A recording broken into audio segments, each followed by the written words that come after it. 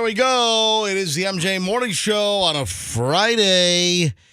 And, have you seen those animations that are floating around? Like numerous animations floating around of the implosion of the Titanic submersible. I got to tell you, I haven't seen the animations. Once I found that folks have done them on, I guess I've seen them on Twitter. I've seen various news sites that link to just regular people just making an animation of the submersible going down and it hitting depth and then imploding. And it's not an explosion. Explosion, exterior, external. Explosion is when it blows out. An implosion is when it blows in and it just caves in on itself. And the word is that they never knew what hit them. You know, when we had the RMS Titanic guy on a couple of days ago, he was talking about the time for the implosion, if that's what happened. And we all thought that happened. I mean, I said that from the beginning of the week. I said, yeah, this thing had a catastrophic failure. And I said, I'm no expert, but I thought it imploded, when we first came back earlier this week when they lost contact with this thing. And the RMS Titanic guy we had on, Michael Harris, he was telling us that the time of the implosion versus the time that your central nervous system processes anything and then it hits your brain, the implosion's faster. So if there's any saving grace, while it's a terrible, terrible, terrible story, and now the finale, somewhat closure, they never knew what hit them. Yeah. They never knew that they were done. It was just instantaneous. And then also, we'll get into this later on, the 19-year-old college kid, the son of the Pakistani business guy, and they lived in London, or they lived in Surrey. Apparently, he was reluctant. He was scared. He didn't want to go. So I think the dad was like, come on, son. It'll be a great father-son experience. You know, we're going down to see the Titanic. So that's just kind of gives you the willies. Oh, and where he went to college, I'll get into this later on, where the 19-year-old that died on the submersible, where he went to college, we went there. He went to college in Scotland, in Glasgow. My family hates when I say Glasgow. Glasgow. Everybody hates it when you say that. Yeah. So we were in Glasgow. Oh, stop it. We were where we went to college. Khloe, when she was at St. Andrews in Scotland all last year, her soccer team, her top women's soccer team at St. Andrews, they played the college where this kid went. And we were actually there. I'll get into that a little later on. Maybe we'll get Khloe on. But Chloe's like, oh, my God, Dad, did you see this? I'm like, yeah, I did. Wow. So we'll get into there are other things. So the other items regarding that implosion. And just a sad situation. And, the more you read, the more you see. That thing shouldn't have been going down there. James Cameron finally spoke up. I've been waiting for that. Yeah, we've got, hey, Andrew, how many sound bites did we pull of James Cameron that we'll play later on? Give me an estimate. 30, He's been down 40? there like 10 times. Yeah, I think we got 107 sound bites from James Cameron, man. He's an expert. He opened up, man. He did interviews all over the place. He's so angry. How many cuts did you pull of James Cameron, Andrew? 4 so far. How many? 4. 4 so far? Easily, I've identified 12 to 15. Okay. And was the clip of the stepson yelling at Cardi B real? Did you see that? No. So Cardi B at her concert, or she posted something against the stepson that went to Blink 182. Right. And then he smacked back at Cardi B. The stepson of the British billionaire that Hamish Harding, who also perished in this capsule, the stepson he's made plenty of news. He called her a bitch. What? You didn't see that audio? No, I have. But we got to pull that. He's made news because he went to a Blink 182 concert in the middle of his stepfather being missing, and he said, yeah, my stepfather, my family all wants me to be here. It's like, what?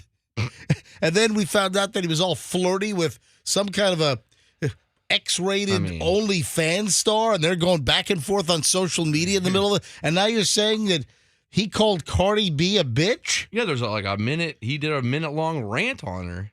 When? During this? Yeah, Yes. yesterday it came out. So yesterday after the show, I saw that Cardi B went after him, and then he goes back at Cardi B all the people. Can you get with Andrew and make sure we pull this audio? Yeah. Get me both Cardi B and get me the stepson. That's crazy. All right, we're just getting rolling here, folks.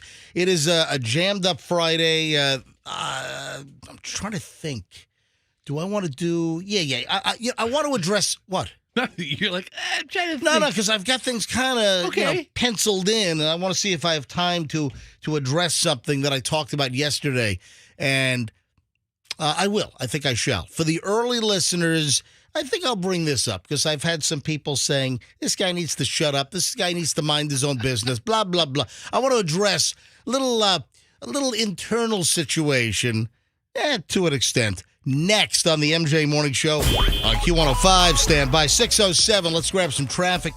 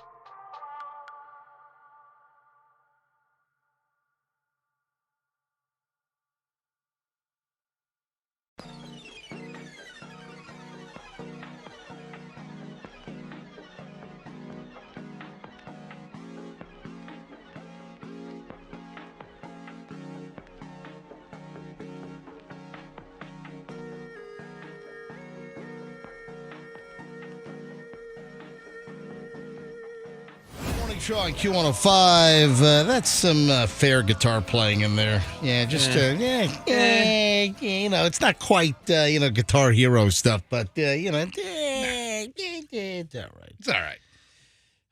You know what else I didn't mention? By the way, welcome, folks. Early crap here on the MJ Morning Show on Q105 here on a Friday. Weekend is ahead. Julian and I, we split later this afternoon, heading down to Little Cayman. Going to do a little scuba diving, little post-graduation trip. I'm taking Julian. We're both very excited. One other thing I didn't mention with the early opening show coverage of the missing Titanic submersible and the fact that it was confirmed yesterday that this thing imploded. And, I saw at the presser that one of the reporters about the recovery of the bodies. There's going to be nothing to recover. I mean, that thing, imagine just stepping on a Coke can, an empty Coke can, and just flattening that thing out. Yeah. I think it's less than that. So I don't think there's going to be any recovery. It's not pleasant to think about. But what else I didn't mention at the beginning of the show was the Wall Street Journal.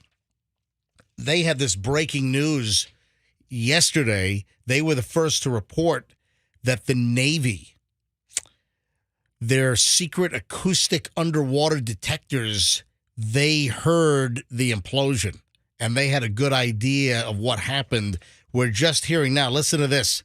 A top secret military acoustic detection system designed to spot enemy submarines first heard what the U.S. Navy suspected was the Titan submersible imploding hours after the submersible began its voyage. The Navy began listening for the Titan almost as soon as the sub lost communications, according to a U.S. defense official. Shortly after the submersible's disappearance on Sunday, the U.S. system detected what it suspected was the sound of an implosion near the debris site discovered Thursday, and reported its findings to the U.S. Coast Guard commander. So they knew. What we suspected happened, and they knew because we've got all kinds of spy crap because we need to hear enemy submarines. And some subs make noise. We apparently have the quietest subs in the world. I mean, and that propeller technology on subs, our, Nimitz class, our nuclear subs, that's some closely guarded stuff on how we keep our submarines so quiet. In fact, you want to hear something interesting? Yeah. When I was in Virginia Beach, and I'm talking a teenager, I was 14, 15 years old. I used to work, I started in radio when I was 16, but prior to that, when I was 13, I got a job on the weekends with my dad's friend's video production company called Video Image Productions, VIP. And they had the TV trucks, they covered events. They had 7 cameras. I mean, the whole shebang. And they had the contract for any big event, like a keel laying or a launch at the Newport News shipbuilding. Okay. Yeah. And Newport News Shipbuilding, they built nuclear subs for the U.S. Navy, one of the places. And when we would go do any of the launches or whatever, they used to have massive tarps covering the propellers, or any video that was shot, you couldn't see the propellers because those are closely guarded secrets to keep the nuclear subs very, very quiet. And the narco subs, they're quiet too. I don't think those are. They've got Honda outboard engines. Yeah. I saw a video of some water cops. They saw a sub, right. A narco sub. Oh, hold on. What do you mean water cops? Well, you mean Coast Guard? The Coast Guard. The real. I should. You know mean that. the Coasties, the U.S. The serious guys, the U.S. Coast Guard, the submarines going, but you mean it was not the Collier County Sheriff's Office out on a Bayliner, right? It wasn't the Whacking Huts out on a Grady, whatever. What is it? Grady White? What's the name of the?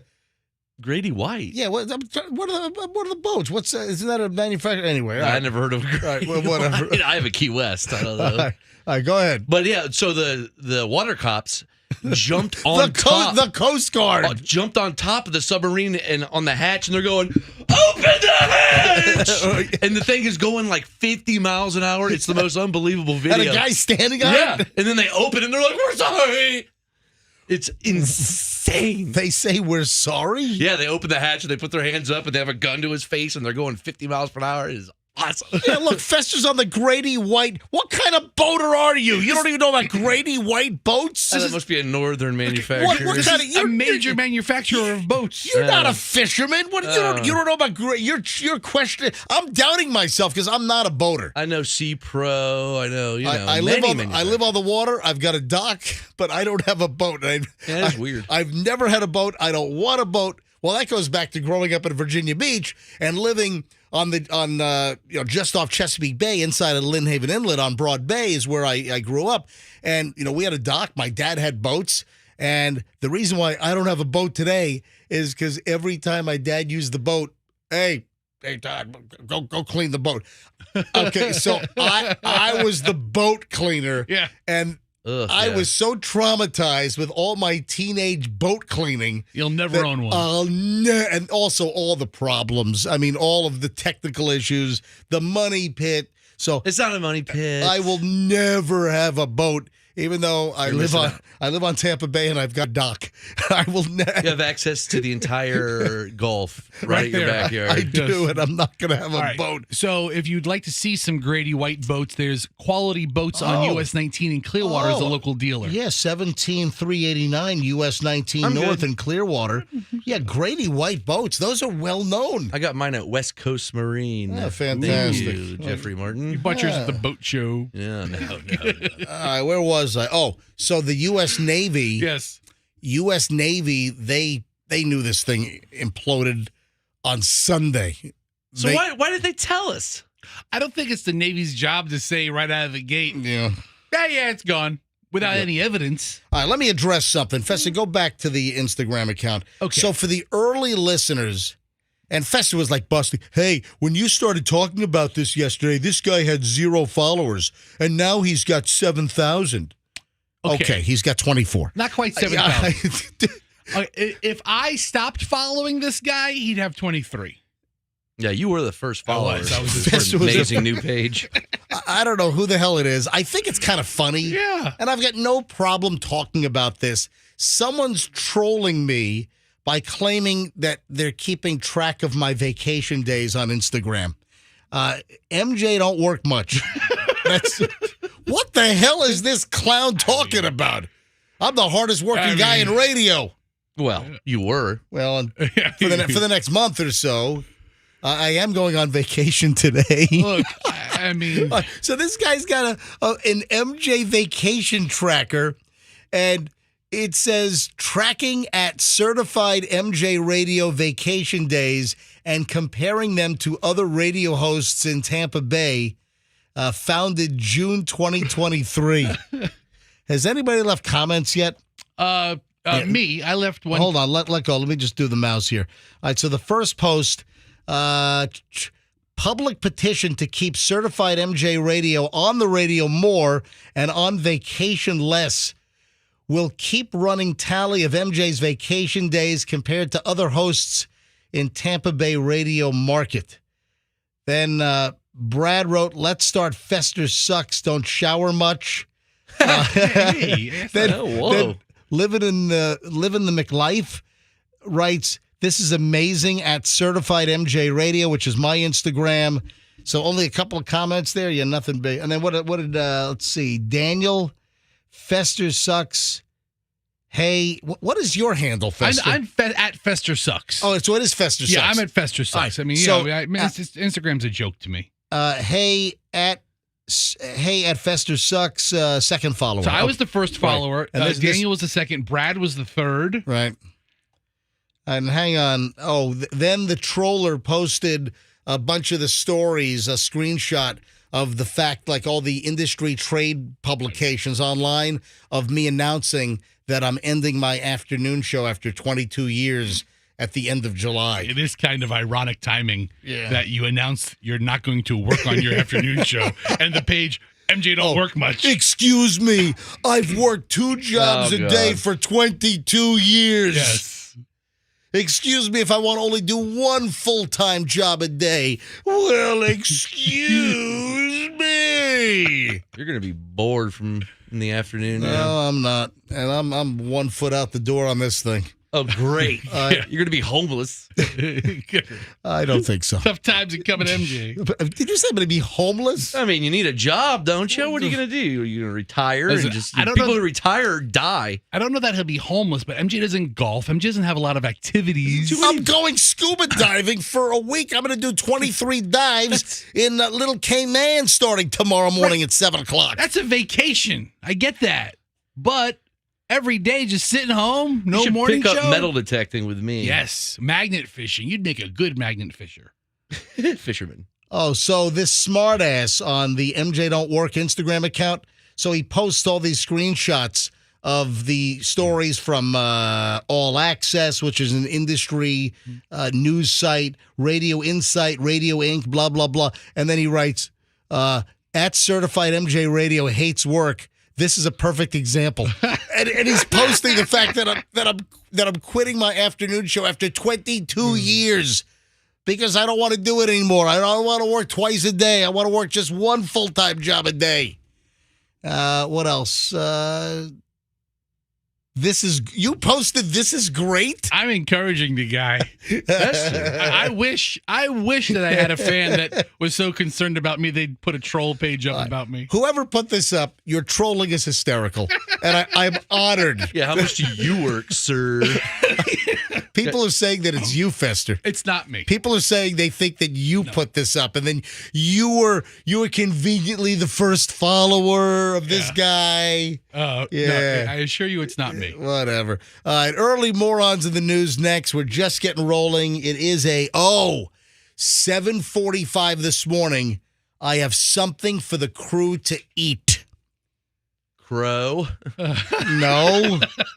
This morning at 7:45, I'm going to whip something out, and the crew's got to eat it. Well, it's also tied to a story, and actually Roxanne mentioned this story. I had already seen the story as well. It was kind of a takedown in Variety, I think it was. I've got the original printout.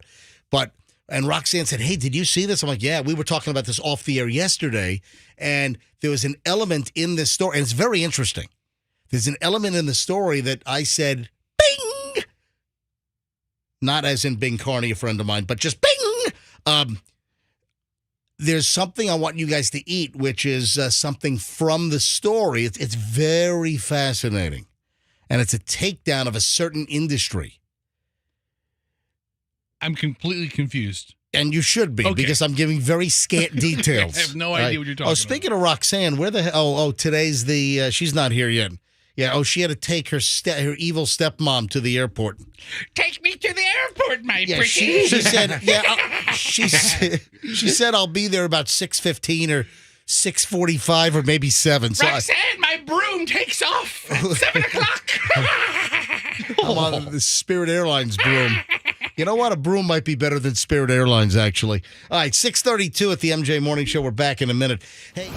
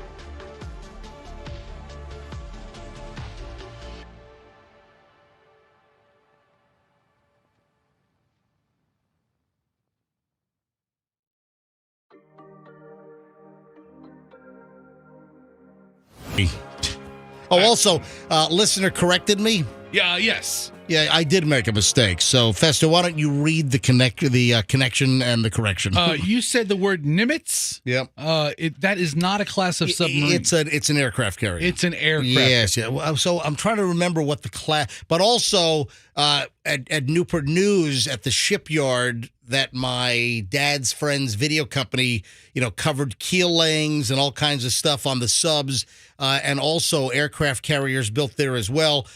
They also, I think, they built some aircraft carriers that I was on a video shoot for as well. So he says, I apologize. Seawolf is the class of submarine. Is that what it is? According to this guy. And he says he's a former AD-3 pool in the Navy. Well, thank you very much for your correction. No, and your service to the United States Navy. Oh, yeah, that goes without saying. I'm thanking him for correcting MJ. Oh, okay. Now, let me see if I can get Roxanne on the phone. Do we have any idea? Was she joking around about getting here at 7 o'clock or 727? All right, calling Roxanne's cell phone number. And she said she was going to be late today, and she was all cagey on what time she was going to arrive. She was like, Hello? Oh, hello? Hi. Yeah, where are you right now? Well, Fester told me to take my time coming in. I can always tell when. Hold on. What is the sound of your phone? Where are you? It sounds like you're in like a closet. I'm in the closet. I'm in a closet. Well, come out of the closet. Oh, she's walking down the hall. Oh, here she is. Well, she said I'll be there about 6:15, 6:45. Yeah, that Tricked us. Roxanne is literally walking down the hall and is now in front of the microphone. So how did the drop-off of your evil stepmom go at Tampa International Airport? How did that go? My stepmom couldn't be nicer, but I did love Fester's witch sound effect. Did she hear that as well or no? No, she was out of the car by What then. time's her flight? I think, people lie to me and they'll tell me it's... Can you project a little more of that microphone? Yes, I'm Thank trying you. to plug in. She's Yeah. getting set up. All right. She's getting set up. You're talking to her at a bad Yeah. time. People don't tell me the truth about times so that I'm not late. So her flight may have been at noon, but she wanted to make sure she got there on time. So, no, seriously, I think her flight was in the 8 o'clock hour. So she's got Yeah. plenty of time. Yeah, she's got plenty of time. Yeah, so I've got an international flight today, so I've got to be there 6 hours ahead. In fact, I'm leaving the show right now. Bye, everybody. I got to go catch an international flight. Do you need me to take you? No, Michelle's able to drop me off. Oh, goodness gracious, great balls of meth. That has a ring to it, doesn't Yeah, it? a little bit, yeah. Yeah, I love this. A smuggler of things into jail had meth balls sewed into their underwear. Wow. Man, that's some dedication right here. Did they know they were about to get taken to jail? Are they always walking around with meth sewed into their underwear just in case they're arrested and taken to jail? And when they do the search, they think that's not going to be found? Yeah, and they ask you when you're taken to jail, most states, most municipalities, there are enhanced charges. If you try to bring something into a jail, you'll be charged with like an accelerated crime because of introducing contraband into a jail. Listen to this. This is out of Kansas, and it's kind of unique here. The plan was an inmate who only served time on the weekends, actually. I had a roommate that was like that. Oh, that's right. Yeah, my roommate Jim. He would have Yeah, why was he in trouble? Why did he have to serve time on the weekends? He lost his license because of motorcycle tickets. Right, and then he kept driving. And then he kept driving. Then he got into a police chase. Then he went to jail. Right. And then when he got out of jail, he became my roommate. And he was a great guy. But Where's Jim today? What is he doing? he's probably dead. Do you have any idea? Seriously, do you have any idea what Jim is? Nope. I And don't. Jim was your roommate back during... Like 94, 95, 96. Maybe 95, 97. Wow, That that's time. right. I remember that. And your roommate had to serve jail time on the weekends. Yeah.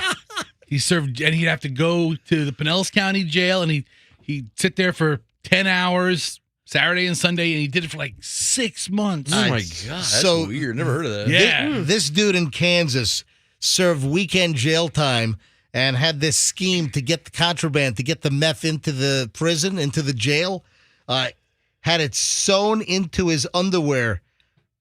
Drugs were discovered when he was searched. Apparently, the jailers heard like some rumors of potential smuggling of contraband in. And if you've got balls of meth in your underwear, I mean, I would imagine that if you're, but touching inmates' underwear, I'm sure they have the gloves on. Yeah, of course. Yeah, they have gloves on, but still. I watched some of these jail intake shows on Netflix. Next on Jail Intake. They have a show on Netflix called First and Last, where it's somebody's first day in jail. You know what? I think I've seen one episode of that. Yeah, and somebody's last day in jail, and just the comparisons, and they go through everything. Oh, they stick their finger up, Yeah. I mean, right? Isn't there like a little bit of a cavity search? Or is it just the bend over and cough? I think it's a visual. Does search. that eject it? Seriously, does that eject everything?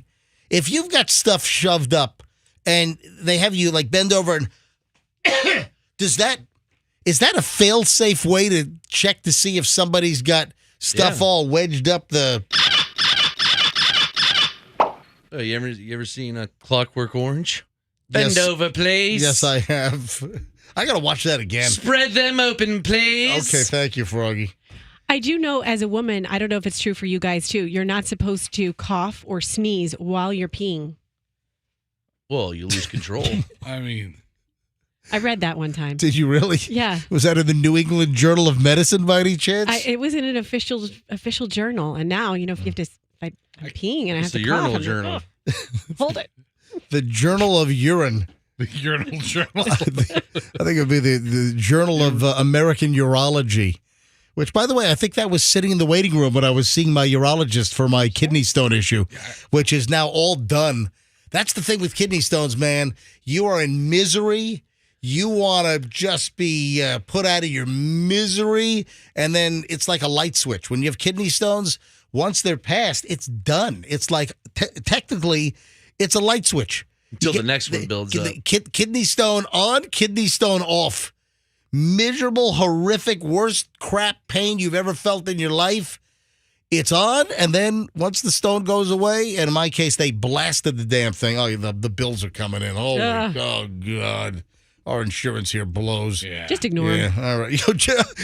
Just ignore my bills. They're that can down the road. All right, hang on. Folks, when we get back, I got to finish up with some morons in the news. Oh, I had this a couple of days ago. Did you see what a local elected official tried to do? A local mayor busted. I'll explain what's going on with that. Also, I've got another methamphetamine story here on Friday. It's not a Meth Lab Monday story. It's a Meth Lab Friday story. We'll get to that in just a bit. Oh, great Florida man story. And a couple of other things when we get back. It's a loaded Friday here on the MJ Morning Show. 7:45. You want to make sure you're with us in a little less than an hour. 7:45 this morning. I'm going to have the crew eat something. So get ready to eat what I'm about to present. And there's a whole story that goes along with this. And the story's fascinating. And it's about an industry. And a lot of rumors have flown for years, and I've heard some of these things in the past, but guess what? We're going to put something to the test, so I've got something for the crew to eat at 7:45 live this morning on the MJ Morning Show. Want to talk to you about the amazing...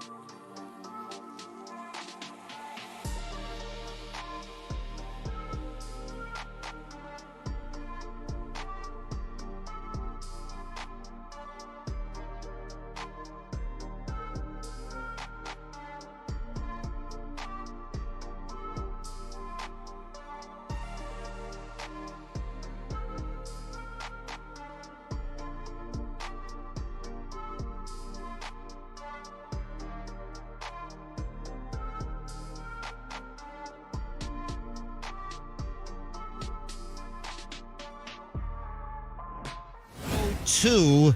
And we'll continue with a few more morons of the news because they're just so delicious today. And we just kind of run a little late as well.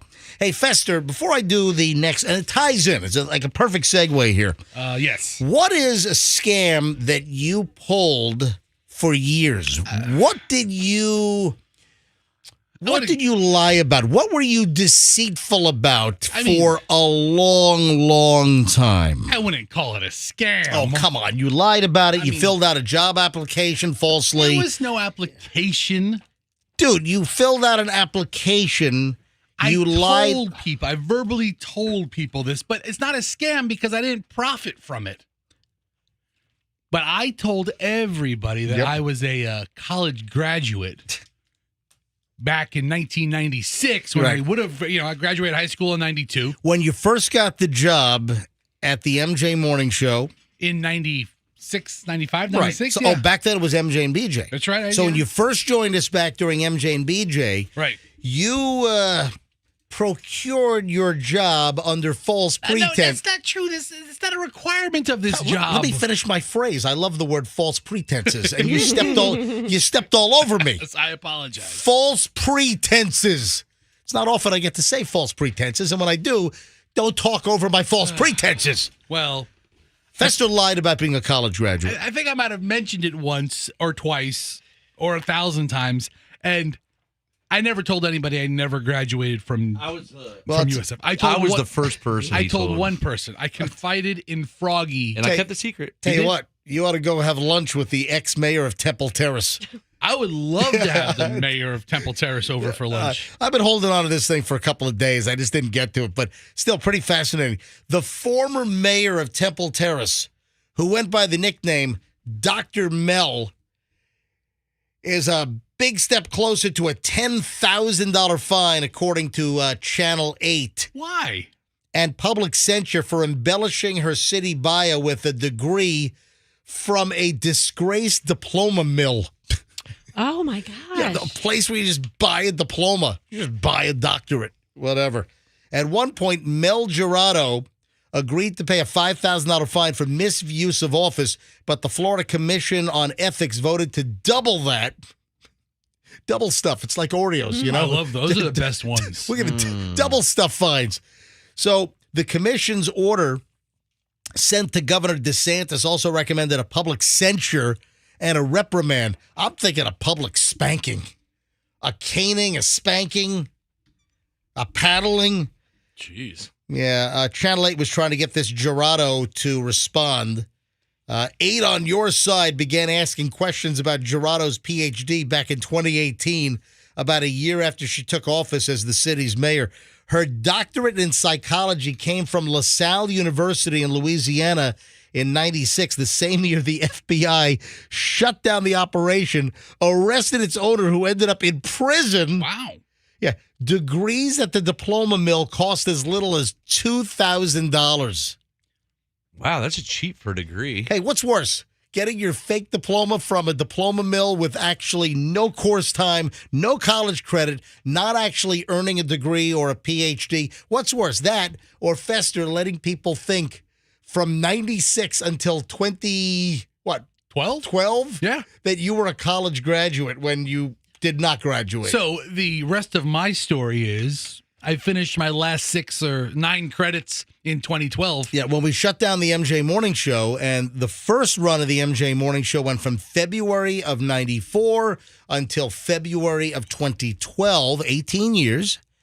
And then Fester decided after we ended the MJ Morning Show, he had nothing to do but sit around and eat. No. He decided to go back to school. My It's wife decided. Wasn't that a Rodney Dangerfield movie? Oh, my Back God. to school. That's what it felt like. back to weird. school. I was teaching kids the triple Lindy. You know what happened was the morning show ended, and I think like in the middle of April, I woke up one morning at like 7:30. You know, I was awake and fully dressed, like at 6 o'clock in the morning. My wife's like, "What the hell are you doing?" I'm like, "It's 6:15. Half the day is over." And she's like, "No, it isn't. You got to do something." And she said, "Go back to USF and get your degree." Well, So I took summer courses. You ought to hook up with the ex-Temple Terrace mayor. Maybe you can give her some tips on going back to school. So she got her psychology degree from LaSalle University Yeah. in 96, the same year I lied about graduating from USF. Look at That's this. amazing. You really need to go to lunch with her. You guys have so much in common. Wow. Oh, there you go. I mean, she didn't need that PhD to be mayor. That's the thing. Just Yeah. like you, Fester. You didn't need the college It's an degree. elected position, right? You Yeah. don't need. But you've got folks that feel like they got to pad and juice up their resume and lie. And, well, apparently that was the case. Hey, listen to this. This is a headline right here. Teens attempt to light sticks of dynamite inside Philadelphia grocery store. What the hell? Wow. Philadelphia police are investigating several teens that brought sticks of dynamite into the store and tried to light them up earlier this week at the Fresh Grocer. Why? I wonder how far away that is from the collapsed section of I-95. Oh, did you see they're going to open that up at noon today?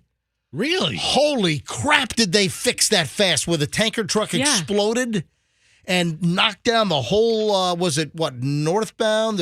Anyway, they had to replace, I think both north and south, right? Because one collapsed and the other was all buckled and damaged. Listen, if they want to get crap done quickly, why is it taking 4th Street exit so long to open back up and they fixed this collapsed section of I-95 in like 2 weeks? Yeah, they told us that would be done a long time ago. I The remember. 4th Street would be. We had the FDOT lady on, Chris. Chris, and she told us that 4th Street was scheduled to be back open in December of 21. Chris blocked my number, by the way. No, I'm just kidding. She'll never take our call again.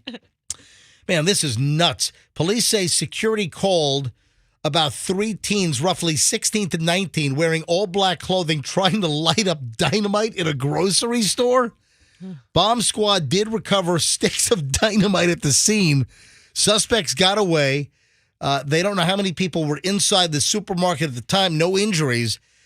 Listen, I don't know much about dynamite, No. but I don't think that you just take a match and light the fuse and it goes tss. Don't you need like blasting caps and detonators and So here's to set off dynamite? when they say the word dynamite, I think of what I think of Jimmy J.J. Walker. Dynamite. Dynamite! Oh. Hang on a minute. That's the wrong sound. Let me do that again. Dynamite! There we go. But then after you think of Mr. Walker, Yeah. you think of like people boring holes through mountains for train tracks and those sticks and that little box with the push down. Yeah, I think of Right. like the Road Runner and Wile E. Coyote and the box with the plunger handle and it Sure. goes bzzz, and then it goes Very cartoonish. To the average American teen, wouldn't it be reasonably difficult to get those? Or did they have firecrackers and they're calling that dynamite? No. Sticks of dynamite. People are As crazy. in dynamite! Where the hell do you get dynamite? Well, that's what I'd like to know. Where do teenagers 16 to 19 get dynamite? Where do they get that? I don't know. No, I saw a crazy video yesterday. Yes. There was a guy. Of course. Because how many YouTube channels do you follow now? I'm up to 490. Yeah, right. So, Yeah. and there's a guy he broke in, or And not broke by in. the way, when you don't hear Froggy speak for about half an hour at a time, because he's on these YouTube channels, Yes. just he's glued in a trance to his phone watching Absolutely. YouTube videos. Yes. So, you know how they put the Sudafed and the meth stuff back behind plastic now? And it's locked up? You can't get it? You mean Well- the legal medicine that's required hold on. sometimes to make Yes. meth? They're not selling meth at Yeah, the way, Sudafed. the way you said it, Sudafed and meth stuff. at pharmacies.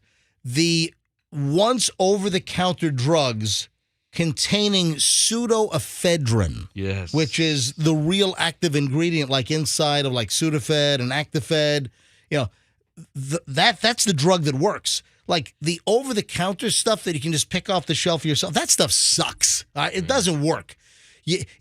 For instance, when Michelle's congested, she needs the real stuff, and you got to go to the pharmacy because they keep it behind the counter. You got to give them the driver's license, and there's like a database that keeps track. You can't buy, Wall Act. That was like the Walgreens version, or Publix has some generic version. If you want to be decongested, you got to have pseudoephedrine. But pseudoephedrine is also one of the active ingredients in making methamphetamine. All right, go ahead. So, what are those, like a Bunsen burner or a torch that has a can and he shoots his flame out. Yeah. What is that called? Is that a Bunsen burner? I don't know. Well, he was burning the plastic and melting it in the middle of the store and burning all of it, opening them. And just taking You mean stuff. you mean the locked the locked- the acrylic cabinets that they hide stuff behind? He was melting the plastic. It hit YouTube just yesterday. With like a handheld torch. Yeah, Yeah. He's torching the Sudafed, and he got so much, and people are just with phones looking at him. But wait a minute. But the pseudoephedrine is typically behind the counter in the pharmacy department. The pharmacist has to give it to you. Well, maybe he wasn't stealing that. What would he be stealing then? I don't know. Yeah, that you were right, Froggy. That is a Bunsen burner. Man, there are places they're locking up the Mach 3 razors. They're Yeah. locking up all kinds of crap. You know what they lock up now that drives me crazy? like Prilosec for acid reflux. They lock that crap. Do you remember? I was in Los Angeles, and this is 3 years ago, and I went to I think it was a CVS or a Walgreens in L.A. The whole store was locked up. Every single you couldn't take one thing off the shelf. Every damn thing was locked up. All right, 7:13. What else? What were we going to say? Teeth bleachers. Oh, yeah. The white strips are you can't get 'em. expensive. Yeah, they're locked up. That's another thing I've seen locked up because those things are high theft items. They have those organized rings that go to Target and Walmart and CVS and Walgreens, and they're ripping those folks off blind. Also, you can use teeth whiteners to make angel dust.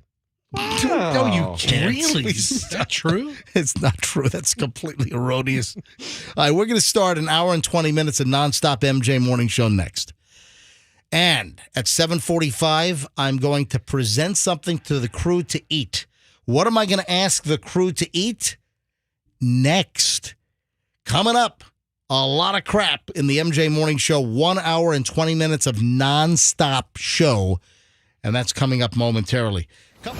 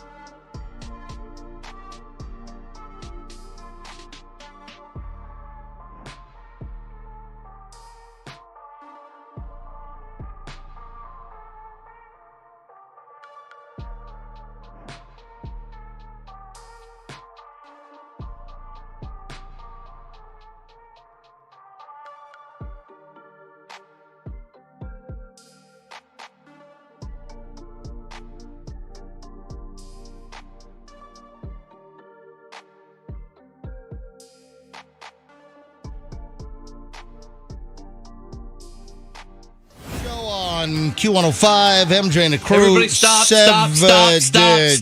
I don't care what time it is. Somebody in here decided to play a little joke, I guess. So give me my wallet back right now. Froggy just commandeered the show. Right now. I'm not kidding. My social security number is in there. All my private info. I know one of you guys took it because it was here. Now it's not here. Where is it? When did you last see it? Dude. But last break I saw it. I do not have your wallet. Yeah, I mean, we don't play practical jokes in the studio. Well, I don't he think- played one on me the other day. I don't think it's funny he takes on his wallet. I do not have your wallet. Fester, do you have Froggy's wallet? I do not. Roxanne, do you have Froggy's wallet? No, but it wouldn't be a bad thing if I did because he stole my phone the other day or tricked me with my phone. But you don't have his wallet. No, I do not. All right. Andrew, do you have Froggy's wallet? Yes or no? No. Whoa. That was the least convincing of all. Is it in there, Andrew? He's trying to be funny. So no one has Froggy's wallet? No. All right, Froggy, when's the last time you saw your wallet? Like before last break. You, I you're got te- a Milky Way with the damn Hold on. thing. You're telling me your wallet was sitting right there? Yes. Did you leave it in the little vending area? No. Yeah. I looked everywhere. Now let's stop this silly game. I don't And have. give I, me my I wallet. swear, I don't have Give your wallet. me I don't. my wallet, or I- I will call it a weekend. Oh, you're gonna walk out? I will. I'll leave right now. Then you'd be driving with no license? I don't have your wallet. I don't think anyone in the room has your wallet, dude. No. Your wallet is somewhere, and You see just, all these cups of water that are here for some reason? I'm going to throw them all over the equipment if you don't give me it. That's for the 7:45 segment where I'm going to make you guys eat something. Well, then I'm going to throw whatever this is on your face. All right, give me the wallet now. I've seen you like make multiple trips to the break room. Yeah, I I'm think you're- looking for my entire life that is in a little leather thing called a wallet. Where is it? Aren't you not supposed to carry your social security card with Yeah. you? MJ, I know you have it. That is a good point. It really is. People don't realize this. Do not keep your social security card in your wallet, and people do that. Here's an idea. Just memorize it. Memorize the number. Isn't it like not even laminated? Like it's just like a piece of paper? You know what, Yeah, I signed it Froggy? when I was like 12. Froggy, you ought to start giving out Fester's social security number just like you give out his cell phone number. I wish I knew it. It's actually the same as my cell phone number. That's why I picked that cell phone number. All right, I am going to count down All right. as if Froggy, we're running out of air listen. on a sub. All right, Froggy, and I'm going to lose my mind. I swear, At one. I got to move on here, dude. 5, 4. None of us have it. You can do whatever you want. 3, Throw your tantrum. 2.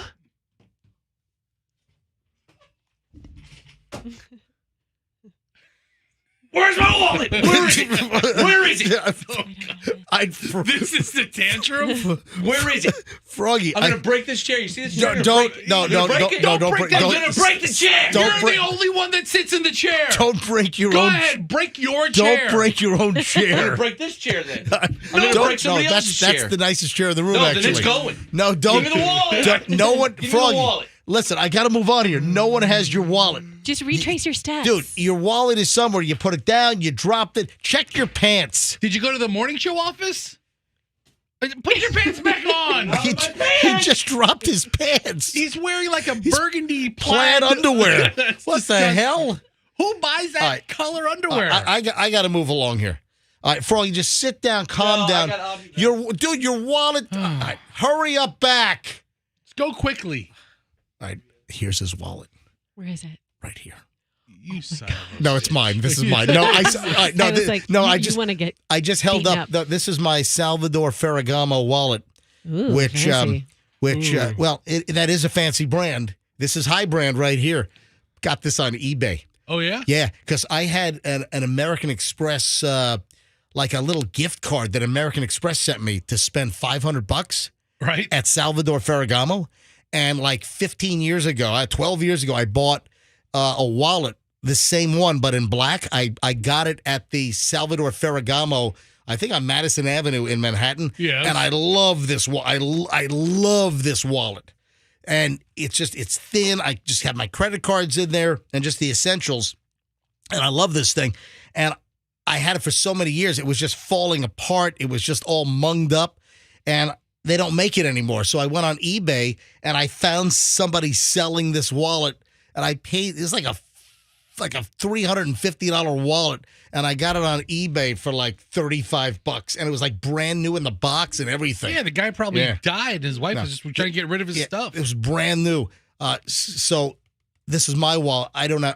No one has Froggy's wallet, right? I don't know. I don't not. have it. I mean, I swear. that would be the right thing for me to do because remember, Fester, you were gone and Right. he put me into a tizzy last week by stealing I lost my phone. He found it and hid it. Oh.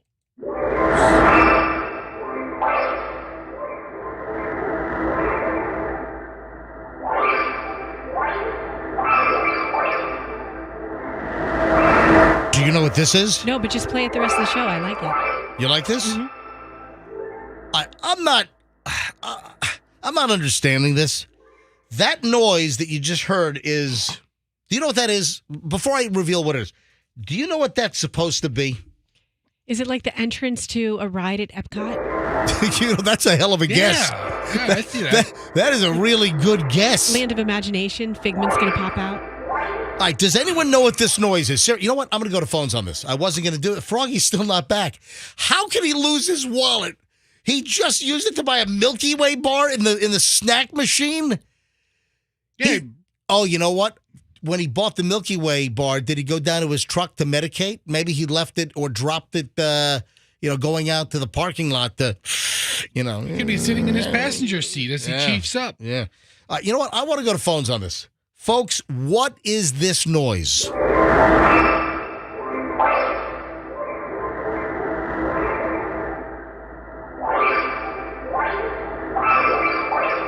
All right, let's go to phones. 800-990-1047. That's the number to get in. A little spontaneous phone call taking here.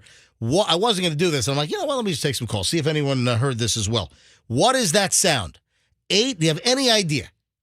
800-990-1047. 800-990-1047. Any guesses on what this sound is?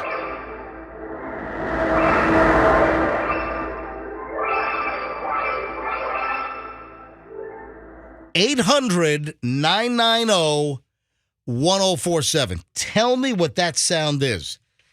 And when I tell you what it is, if you can't guess, I've also have some questions about the origin and, I don't want to give too much away. All right, phones are ringing here.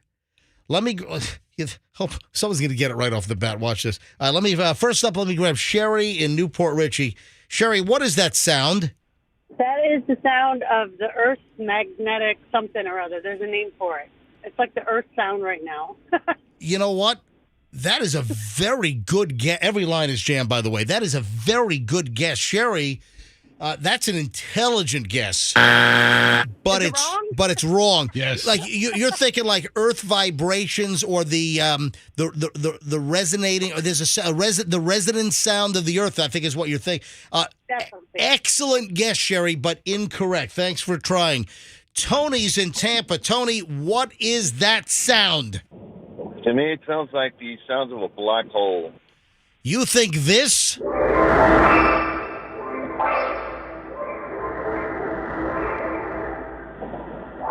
You think that's the sound of a black hole, Tony? I think that's the sound that it emits. Survey says yes. Yes, yes, Are you yes, kidding? yes. Look at that. All right, hold on. Tony, where did you hear it before? Because nobody's just guessing black hole out of the blue sky. I've heard sounds like that just from the internet. Big time into space, and I've heard it. Sounds like a magic wand. 100%. You know what? Something out of Harry Potter or Yeah. something. Yeah. So that allegedly is the sound of a black hole from the Milky Way's supermassive black hole. I don't want to get too technical here, but scientists have detected a mysterious echo originating from a supermassive black hole at the center of the Milky Way. A team in France estimates that the eerie sound was made approximately 200 years ago when the black hole stirred from a state of dormancy. But are they just taking like sound waves, or are they taking like something from like the spectrum or infrared or X-ray, and they're converting it into sound? I don't think like you put your ear to the heavens and suddenly you hear.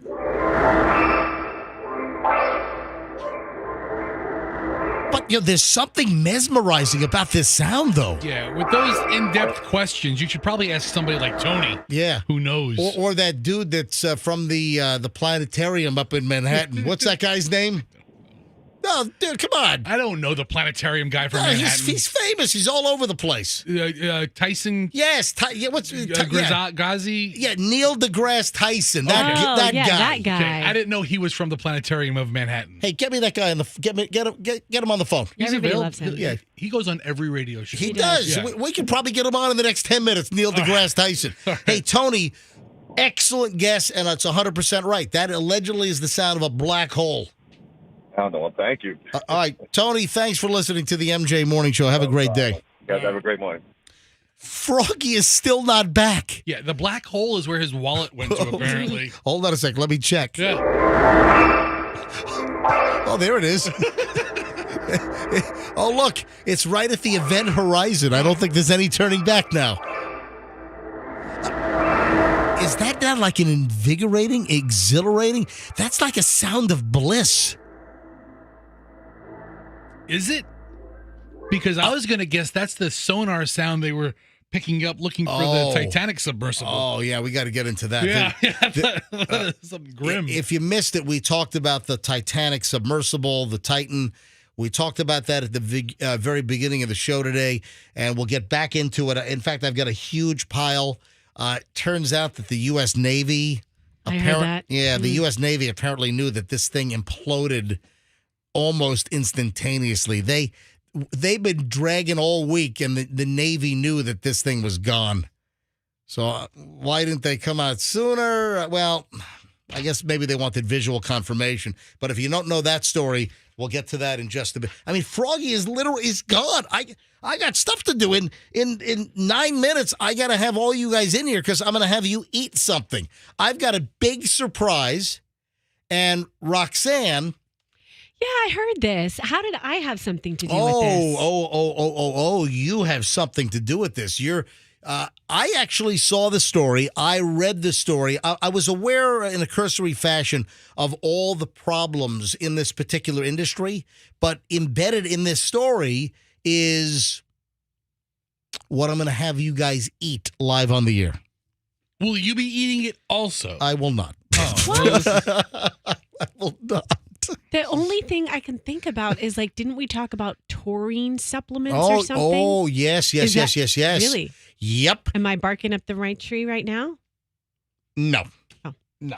Not even close. No, there was a story, taurine can add 8 years to your life. Yes. What the hell is taurine? Where does it come from? Is it a plant? Is it a fungus? I'm going to tell you right now because... Can you look at So we had a story, and did we mention it on the show? We did. We were talking about something that extends life or something that's good for you. I just found it. I've had this in the pile all week long, and it's one of these study finds things, and the headline was taurine supplements may extend lifespan by up to 8 years. Could a supplement help add an extra decade to your life? Researchers from Columbia University, alongside several aging researchers from across the globe, may have found the key to longevity. In animals, a deficiency in taurine. It's an amino acid for your information. There you go. Yeah, that was my next word. Taurine, an amino acid made by the body and found in many foods, appears to have a strong link to the aging process.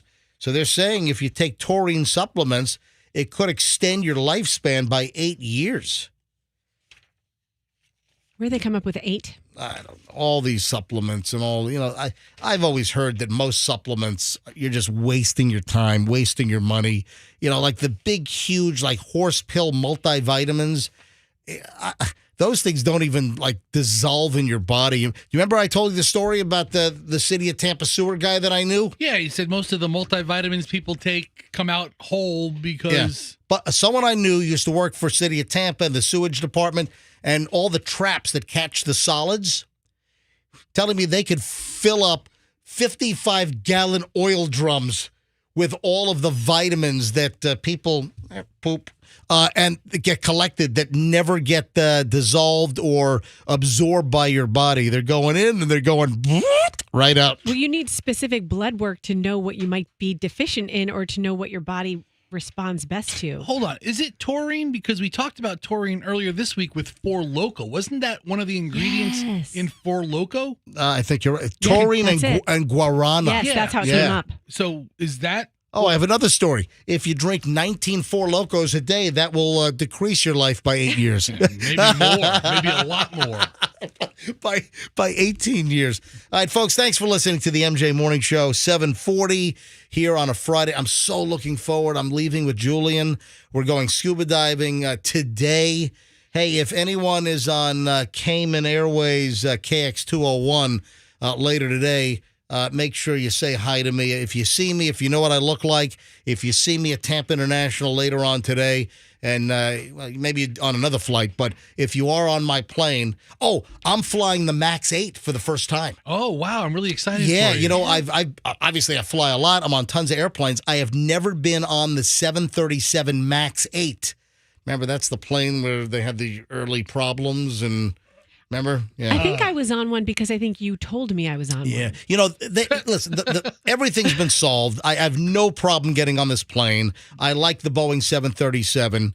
I think it's a fantastic airplane. But literally, with all the flying I do, this will be the first time today that I'm going to be on a Cayman Airways 737 MAX 8. So, no, seriously, if anyone sees me at the airport, say hi. I'd love to talk to you.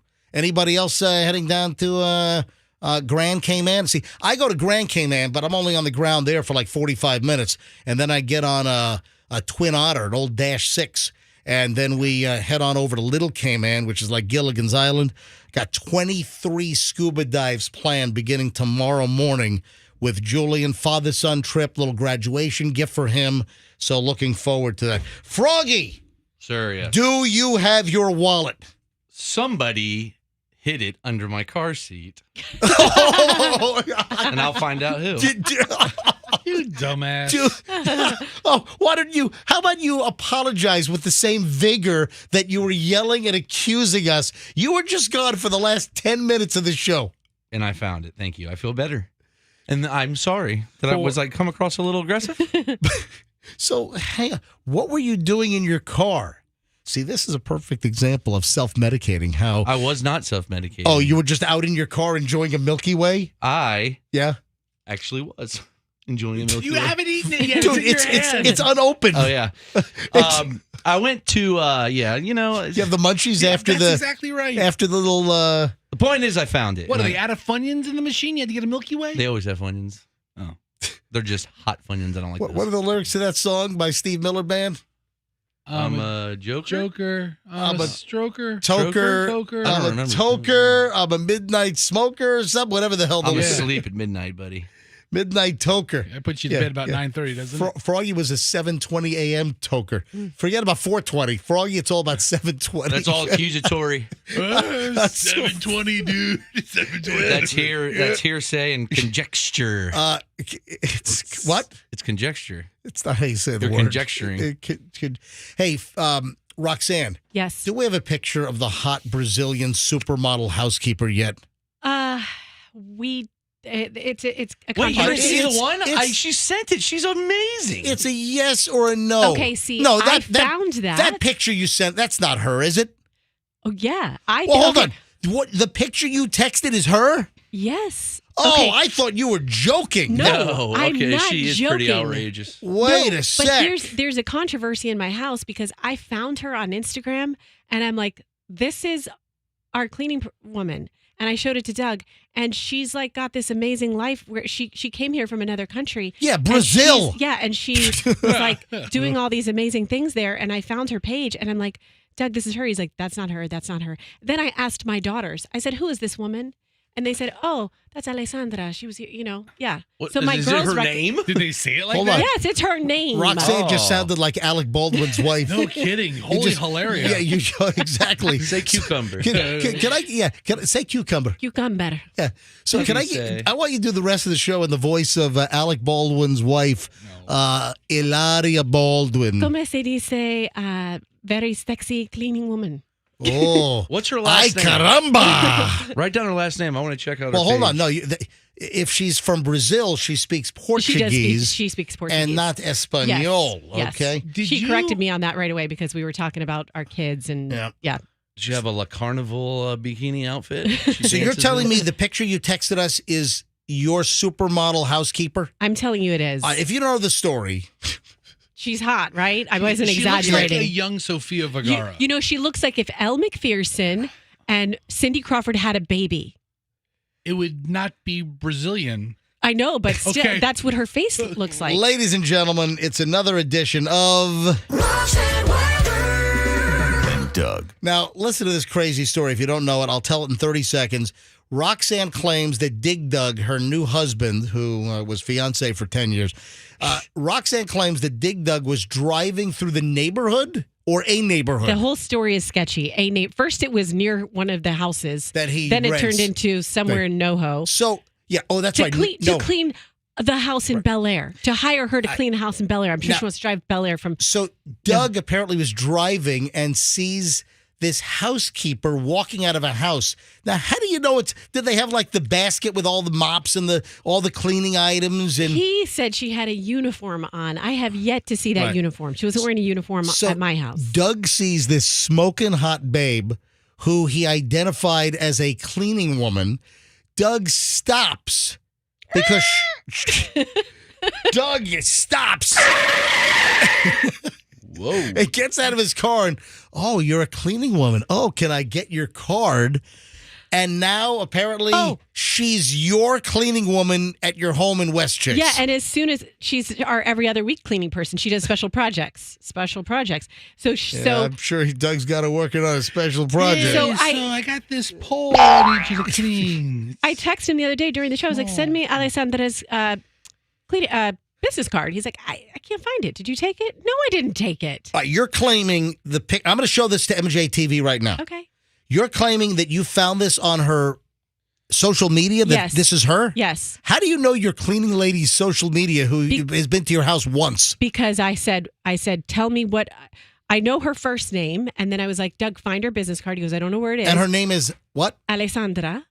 And so then I was like, well, how did you pay her?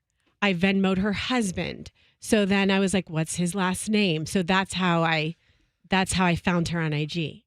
I'm going to hold this pic. Is this like a violation? I mean, no. I guess it's on social media, right? Yeah, sure. So I'm going to hold this up to MJTV right now. Folks, remember, you can always watch us on TV every morning. Our show is broadcast on TV. It's on MJTV. You go to mjmorningshow.com. At the very top of the page, you'll see MJTV. Click on that. When we're doing the show live 6 to 10 a.m., you click on the little graphic, and you can watch us live. It'll take you right to the stream, or you can always watch any of our older shows that are all archived. So I'm going to hold this up to MJTV right now, and that is allegedly her, the supermodel Brazilian housekeeper. And I'm going to tell you right now, she's about a 10. Yeah, and you can't even tell in that photo like how tall she. That was the other thing too. She's like this height of a supermodel. You know, she's probably 5'10", and great figure, great physique. Hold on, you're oogling over her figure? Well, I mean, I have eyeballs. I'm not blind. I'm saying in that photo that you're holding up to MJTV, you can't see her physique. I'll tell you what, talking about this is a perfect segue into what I need you guys to eat and why. Can you get your supermodel housekeeper to come on in here one morning? No, I cannot. Why? Maybe she could clean. Absolutely not. Why not? This place, this place is a place is a grimy dump. No, she's actually very sweet, and I I really, never really doubted. like I her. never doubted that she was sweet. I'm sure she's sweet. Yeah, but she'll clean our toilets for $20, right? I don't want. I wanted to dust in here. Oh no, I was straight John work. Well, special projects. All right, move it along. But this is a perfect segue. Why are you getting angry over there? Oh, I'm not. We just told him to zip it. Because I just. What? It's just our morning. It's our greeting. You don't want me to besmirch your housekeeper? Good morning, zip it. I'm so sorry. Fester, I saw that you had a picture up that I took of a sign that I saw on the back of a minivan. Yeah, man, that's funny. Is that crazy? That's pretty funny. I saw a sign. I'll tell you about that in a second. First, though, What am I going to have the crew eat? My stomach's a little sour today. Oh, this will help you. Oh, this is right up your alley then. Now, Roxanne, do you remember, and I saw this as well. You also sent me this item. Do you know what you sent me regarding, speaking of supermodels? Oh, no, I want no part of this. I want no part of this. Thank you very much. Yes. This is all the big boys right here. I'm not eating this. What did you send me? I sent you a story about supermodels and what they were told to eat. There is a whole supermodel industry takedown story that was published earlier this week in Variety. Top modeling agencies accused of scouring eating disorder clinics and refugee camps for new talent. As model says she was told to eat cotton balls to feel full. Also, allegations that the big modeling agencies are like pimps for the super rich. You know, that's an allegation that super rich are hooking up with models from these big modeling agencies. If they're pimps, it sounds like in exchange for money. But the item, and it's a really interesting read. If you want to look it up, it's Variety. So the publication Variety magazine, a long, like 18 pages or something, a whole story. Former supermodel claiming an agent once advised her to eat cotton balls. And that's just one of the items. There's just tons of stuff. And when I saw that, I'm like, hey, I'm going to go to Walmart and get a big bag of, I got a shopping tip for you guys. Guys, look what I brought in. I'm holding it up to MJTV right now. I've got Equate, which is You brought the generic? I got the Walmart brand of Equate Jumbo Cotton Balls, 400 count. Okay, if I don't eat the generic brand of pinto beans, I'm not going to eat the generic brand of cotton balls. 400. Soft, durable, absorbent, 100% pure cotton. It even has the cotton logo, the official cotton logo. So I want to let you know that if you're looking for a great value on cotton balls right now, at Walmart, the 400 count bag. Do you have any idea? You guys got to guess. How much do you think this 400 count? This is like The Price is Right. Are you guys ready? Yeah. Froggy, come on down. Yay. Fester, come on down. Jeez. Andrew, the producer, come on down. And Roxanne, come on down. Not happening. You're the first four contestants on The Price is Right. I'm not spin the letters, bitches. I'm not doing this. Whoa. Yeah, what, do you think you're Vanna? What, are you new Vanna? All right, now, do you know how much these cotton balls were? Guys, we're going to play the mountain climber game here. All right, Froggy, 400 count. Look at this. Look at the product. 400 count of cotton balls, which you guys are going to start eating in a few minutes. Yeah. How much do you think this bag of cotton balls was? 400 of them. 150, Drew. Oh, my God. You just went over the edge. Son of a... I meant $150. No. Even if it was $1.50, you already went over. What was it, like 99 cents? 94 cents on clearance. Wow. Now, listen to this. That's a great deal. The 400 count bag at Walmart on Gandhi last night is cheaper than the 200 count bag. Okay. Yeah, these were on clearance. There was like a little sign, clearance. So What a tip. they're moving the 200 count. They can't move the 400 count. The 400 count was 4 cents cheaper than the 200. The 200 count bag was 98 cents. And is it even worth selling a product for 98 cents? Is it even worth having that consume shelf space? That's 98 cents, 94 cents? Everything has its place. I know. And you have to move it. I know. Imagine if they didn't have cotton balls. You'd be furious. So apparently an ex-model claims that her agent told her to swallow cotton balls to suppress the appetite, that they're organic, they're not going to hurt you. They're, it's a plant that grows. So, who's ready to eat some cotton balls? Well, my agent never told me to eat cotton balls. Let's open this thing up here. Hold on. All right, open it up, and there's a nice. All right, who wants to reach in and grab? And I have water for you guys. So I think you dip the cotton balls in the water, and then you just swallow the cotton balls. And like the Nathan's hot dog eating contest. Oh yeah, just like that. And these are gonna fill you right. Fester, you're gonna drop weight like. All right. So according to Google, yeah. Cotton balls are not food, and there is a risk of choking if they are consumed. When swallowed, they can cause obstructions in the gastrointestinal system, just like a pipe getting clogged. All right, I will not eat one. Man, this is morning comedy right here. I will stick them in my bra before I will eat them. Okay? I'll stick them in my butt before I eat them. Tell you what, why don't you stick them in your butt before Fester eats it? All right. Listen, how come Roxanne can't put them in her bra before I eat You like that? You like that image? Of all the things. That's disgusting. All right. You're eating breakfast. All right, so Fester. I'll eat the sons of bitches like popcorn. All right, so Roxanne, you're saying no way, Jose, right? No. All right, Froggy, you're not going to eat a cotton ball? My past stomach issues, I'm afraid. All right, and Fester's like, Fester? pass him over like a bag of Cheetos. Listen, I want you to know I am a connoisseur of Southern cuisine. You know what? I have purple, not purple, but I've got orange highlighters. I'll make them look like Cheetos.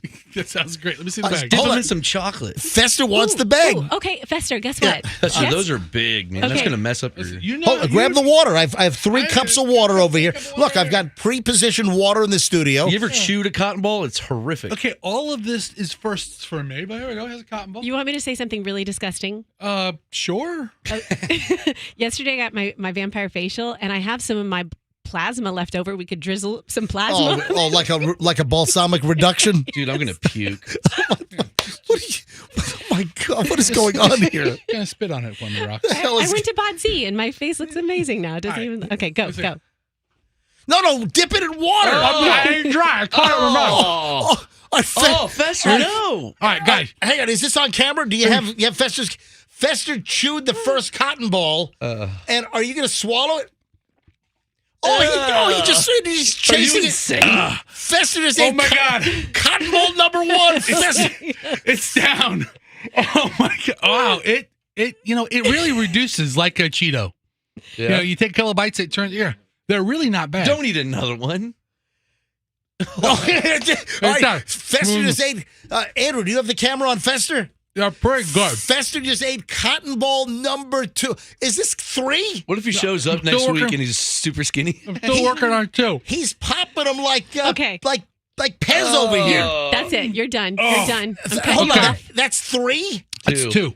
No more. All right, Fester just swallowed the second cotton ball. Trying to do a 6-packer. Because this is a trick that supermodels use. They eat cotton balls to make themselves full, apparently.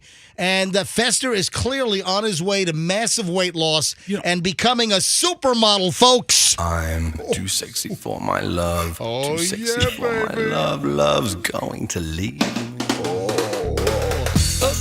Oh, supermodel Fester just eating cotton balls like they're popcorn. All right, how many? I got my third one right here. No. You're a maniac. Fester's really eating cotton balls. You guys have never. Listen, See if it's easier if you dip it in the water. I did not expect anyone to actually eat these. dude, I'm keeping the other 395 of them because I'll eat these later. Here, I'm dipping it in the water. Like it's nice and drippy. And what number is this? 3. Oh, God. Fester. Okay, that's enough. What, are you getting worried? The water doesn't help it. The water doesn't help it because this makes it wet and watery. Oh, God. Ew. There's just more moisture to chew out. Folks, if you're just driving now and just listening to the audio portion of the program, later on, go to mjmorningshow.com and click on MJTV and watch the video replay. That's 3? How many more can you do? 3 down. You're like David Blaine when he eats broken glass. Yes. You know what we ought to do?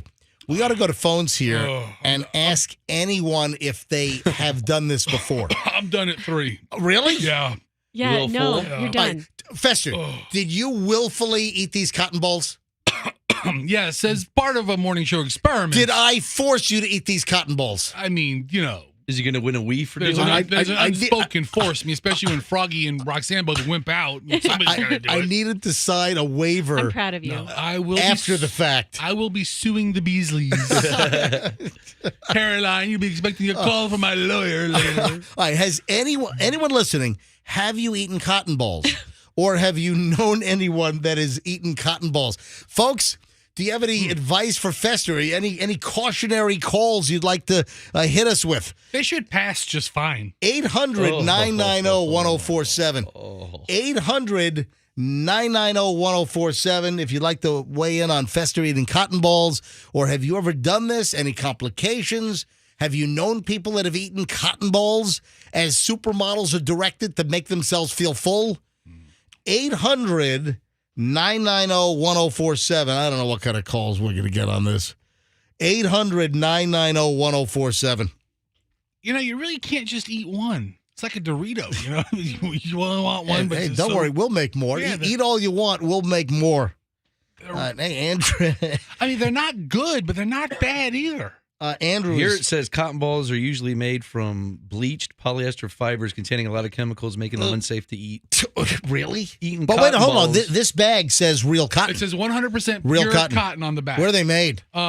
Taiwan? No, product of Mexico. Oh, wow. It could lead to malnutrition or bezora. Cotton balls from Mexico. Please, there was a woman on a TV show that ate dryer sheets for like 10 years. from Mexico. Oh, that's right. Say that again. I stepped on you. That show, Addicted, or Oh, they have pica? Strange Yeah. addiction. Strange Addiction. She Yeah. was addicted to eating dryer sheets. Shit, like bounce dryer like sheets? a box a day. Those cannot be good for you. MJ, No. A lot of chemicals in Do them. you have your receipt? My receipt is at home. It's on the counter in the kitchen. Yes. I'm going to need that because Walmart has the satisfaction guaranteed or will replace it or give you your money back. I want to go back and say, hey, you know what? They didn't taste that good. These are the worst cotton balls I've ever eaten. Said they gave you agita. Hang on, let's go to Will phones. Ferrell ate cotton balls in the movie Elf, I was just reminded. Really? Right? And hi, Michael's in Tampa. Hey, Michael, you're on the MJ Morning Show. Hi. Hi. Hey, good morning. Hey, you might want to check to make sure that they're real cotton balls because cotton balls might be just a name and they could be synthetic. No, there's the actual cotton logo. It says 100% pure cotton, and there's the cotton logo, and it's these are 100% pure cotton, Michael. Okay. All right. So I think Don't he's let 'em okay. die on you. Yep. No, Oh, God. Could you imagine? Thank you, Michael. Festa, can you please hold me harmless right now? No, don't do it, Fester. Say he made you. No, I no. will not hold you harmless. Hold me harmless right now. I will take this empire down. Hold me harmless. It's going to be tiny- Feasley. What are you saying? What? Hold me harmless. What you do, MJ, is addictive. It's like Sing it. you sing songs when you hear words, and now I just Sing- did it. You said "hold me harmless," and I was like, oh, "Hold me harmless, tiny Well, go ahead, dancer, sing it. tiny man," Go ahead. because Sing I have aloud. a terrible voice. I can't Sing sing it loud. loud. Hold me harmless, tiny man. Who's the Are tiny you calling man? me a tiny man? Am I the tiny man? I'm not the I tiny forgot. man. I forgot. Hey, let me add some echo to that. Go ahead, do it again. Oh, God. Hold me harmless, tiny. But wait, you're not tiny. Or I mean, you're tiny. You're not tiny. Yeah, are these the lyrics? Please change the lyrics. Take two. And action. Go to the caller, please. All right. Rolling. Let me grab Connor, and we got to move on. We got a lot of stuff to do here. Connor is in Clearwater. Hey, Connor. Hey, good morning, guys. What happened to you when you ate cotton balls? So I probably ate cotton balls when I was 5. Not trying to say Fester's a 5-year-old, but Not far off there, pal. not far off. Maybe a blind taste test with other cotton balls. Which cotton ball do you prefer? So, Connor, why were you eating cotton balls when you were 5? I was a kid. I mean, Did you eat crayons and paste as well? did not know. Now, Okay. Connor, was there any other health complications?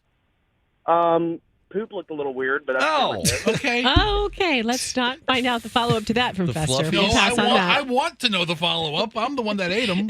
Hey, Connor, you want to hear Roxanne sing again? Oh, God. You go right ahead. Go ahead, Roxanne.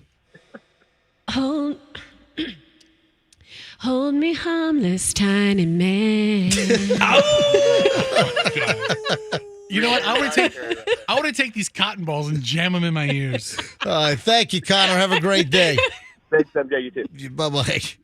The phones are still ringing here on Fester eating the cotton balls. Here's the question: is MJ going to turn in a receipt for the cotton balls to get paid back? Take Roxanne's camera. She's patting her bosom with these extra cotton balls. All right. You want to hear a story about eating stuff? I'll eat those next. So Tina Turner was in the news recently. For what reason? Eating cotton balls. Dying? At the funeral home. The incredible, famous, massively talented Tina Turner recently died. And I saw this last night. I'm like, you got to be kidding me. So this headline jumped out at me. I'm like, I don't care where I put this in the show. This is getting on the show. Tina Turner's son, Ike Jr., tried to eat crack cocaine and meth before arrest. Ike. Hold on. You have us eating cotton balls when we could have eaten crack and meth? Ike Turner Jr., the son of late Tina Turner and her ex-husband Ike Turner, was charged with crack cocaine possession and tampering with evidence and sent to a Texas jail just weeks before his mother's death back in May. According to jail records, Ike, and the story is just coming out now, Ike Jr., Tina Turner's son, was booked into the Brazoria County, Texas jail on May 6th, has not posted $70,000 bail yet, so he's still in jail. Wouldn't you think Ike Turner Jr. has access to 70 grand? You would think so, but apparently not. I mean, his mom lived in Switzerland or something for the last decade of her life? I don't know much about the Turners and their... Yeah, so Tina Turner died at her home in Switzerland back on May 24th. And turns out that earlier, even before his mom died, Ike Jr. was pulled over at a traffic light in Alvin, Texas. He was pulled over for an equipment violation. I guess a taillight was out. Officers then noticed Ike Jr. attempting to consume narcotics that were in his possession. Oh, Ike. Subsequently confiscated 1.7 grams of crack cocaine and 0.7 grams of methamphetamine. Listen to this. He tried to eat the drugs before the officers could seize them from him, according to Captain Q.T. Arundel of the Alvin, Texas Police Department. And when the cop said to Ike Jr., dude, why are you eating crack cocaine and methamphetamine? You know what he said? What? Reach? Is that the cop was like, why are you saying I'm the best? I mean, he could have at least said that he left a good job in the city. I left a good job in the city. I'm driving down the road eating crack cocaine. Yes, let's bring it back. The 2023 version starring Ike Turner Jr. I love it. So anyway, that's what the offspring of Tina Turner's doing, eating crack and meth, and he's sitting in a jail in Texas right now. Jeez. Is that not crazy? Let's talk about this sign. Folks, I'm telling you, you got to follow my Instagram because you never know what the hell's going to pop up. So I was doing my Thursday workout at X-Force Body over on Kennedy in South Tampa. So they also have one up in Palm Harbor. And love the workout. These are fast workouts, and my results are great since I started in February. So I pull into, I finished the show yesterday. I head across the bridge. I head over to Kennedy. I'm pulling into the parking spot. They've got little reserved X-Force Body reserve parking spots for my workout. And as I'm pulling in, I see one of those, baby on board type yellow suction cup signs in the back of this vehicle. I didn't think much of it. Then I get out. I'm like, wait a minute, what did that say? So I walk to the back of the vehicle because I thought I saw something. Like, nah. I went to the back of the vehicle, and Roxanne, did you see what this says? I did, and I'll tell you what I think it would also look great on, but go ahead. I think it'd be better for a female, having a woman's touch. Right. Say exactly what this sign says in the back. It's one of those, again, one of those road type signs. It's the baby on board. So this is in the back rear view mirror, or rear view window, I should say. It's the back rear window of this minivan. And Roxanne, why don't you tell everybody exactly what the sign says? Yes, I'll say it very delicately. It says, "Baby up in this bitch," right? Oh, whoa. That's the yellow sign. Not baby on board. It says, "Baby up in this bitch." Yeah. What? It does. You know what that would look great on? That expression is a pair of underwear. Right? All right, folks, if you want to see this. And then you could point up, you could have a little arrow pointing up. Okay. Folks, if you want to see this image, it's on my Instagram. Certified MJ Ray. Fester, you okay with just that? looked at Roxanne and goes, what? Yeah, but that would be accurate. If you were pregnant. Baby up in. Oh. Yes, if you were pregnant. Well, I think that's what it means. Well, okay, there are two ways to look at this. If you got a sign in the back of your minivan and it says, "Baby up in this bitch," It could mean one of two things. It means that there's a baby in the car and baby up in this bitch, up in this car. Or right, exactly. Well, and I first thought of baby all up in the womb. Right, exactly. Yeah. It could have double meaning, which is why it would also look great on a pair of underwear for a pregnant woman. I wanted to see who actually got into this car. The car was parked, and this is the same shopping center on Kennedy that has Metro Diner and the fabulous La Segunda. And they might have been, they weren't in the gym. They weren't in X-Force Body where I was working out. So it must have been Metro Diner or La Segunda. And I was trying to figure, I got to see who gets into this vehicle that has a sign in the back that says, "Baby up in this bitch." So you sat there like a creep? No, I didn't. I had a rush. I had stuff to do, so I did my workout. I had to get home. I got to prepare. I'm leaving for scuba diving later today. So I didn't see who was driving it. But, folks, you got to see this image. It is on my Instagram, Certified MJ Radio. Certified MJ Radio. Take a look at it.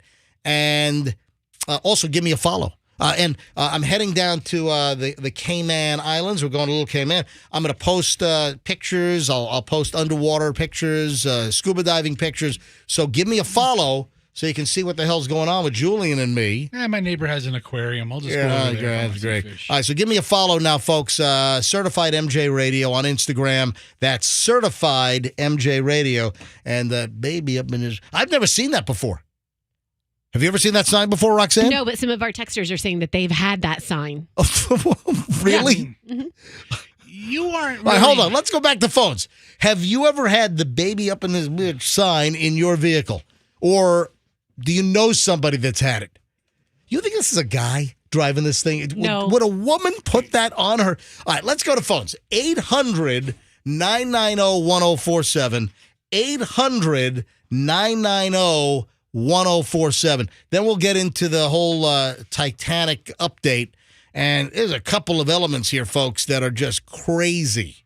All right, 800-990-1047. Have you ever had a "baby up in this bitch" sign in the back? It's a baby on board sign that says "baby up in this bitch." Have you had that in your vehicle? Have you ever known somebody that had it? So if you've been a texter that just texted Roxanne that you've had that sign in your car, call us up. 800-990-1047. All right, Andrew's screening calls right now. Look at some of the comments. Go to the comment section on the photos while Andrew's screening calls. Someone asked me, what would happen if you cuss on the radio? Do you really get fired? Or is that fined? Do you really get fined? Yeah, I mean, all in the context, sir. It's all in the context. It depends on the word. So here, keeping it classy down here. Sheesh. Another comment. Oh my God, what next? Over and out. LOL. Can only imagine how that kid is going to turn out with those classy parents. Oh, please. You're super classy. A lot of crying smiley face emojis. It's the new "baby on board" sign. SMH, shaking my head. That needs to be on a T-shirt. That would be funny on a T-shirt. Hey, I'll see your T-shirt. It says "baby on board." That's really funny. Look at the phones. Baby Linda. up in this bitch. Linda's in Newport Richie. Hey, Linda, you're on the MJ Morning Show. Hi. Hi, good morning. Love listening to you. I was driving yesterday and saw that sign in the back of a black SUV, but on the left side it said hot. I'm the hot and psychotic on the left side. And what? Am I reading both of these right? Yeah. But yeah. Hot and psychotic? Yeah. And this was, what was this, up on US 19? Were you on US 19 in Newport Richie when you saw this? No, 54. Oh, gotcha. State Road 64. Nice. All right. Hey. I'm sorry. State Road 54. Yeah. So, 54 is up there. 64 would be much further south. Yeah. Manatee County maybe for 64? Yeah, possibly. Hey, Linda, thanks for listening to the show, and thanks for calling in. Okay, have a good day. Oh, Marissa's in Lakeland. She had one on her car. Marissa, hi. Good morning, you guys. Morning, Marissa. Good morning. Yes, I had one. My husband got it for me for my first Mother's Day. But it's pretty funny because it's not on the car anymore because I guess as I became a parent, I cleaned up my language a little bit, and it wasn't appropriate for me to have on the side of my vehicle anymore. But you had the baby up in this bitch sign in the back of your car. I did it. Mine was a magnet, so it was on the side of the car. Yep. How long did you have it on the vehicle? Probably at least 2 years. Oh, 2 years. Did people give you looks when they passed you? No, usually they were like, "Oh, your magnet's so cool." All right, listen. Like your magnet. On the MJ Morning Show, ask and you will receive. Look at this. Marissa, thanks for listening to the MJ Morning Show. You have a great weekend. Thanks, y'all. You too. Bye. All right, bye-bye. That's pretty funny. Let's do the Titanic update here.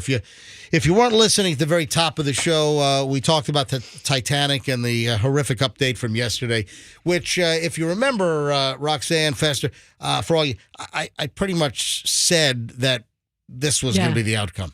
Because I said it first, and then you copied me. I mean, I didn't hear. I remember Froggy saying, it's true. Guys, I'm not. Implosion. That's not where I'm headed. He's like, I thought it. Froggy's like, I said. All right, guys, seriously, this is serious.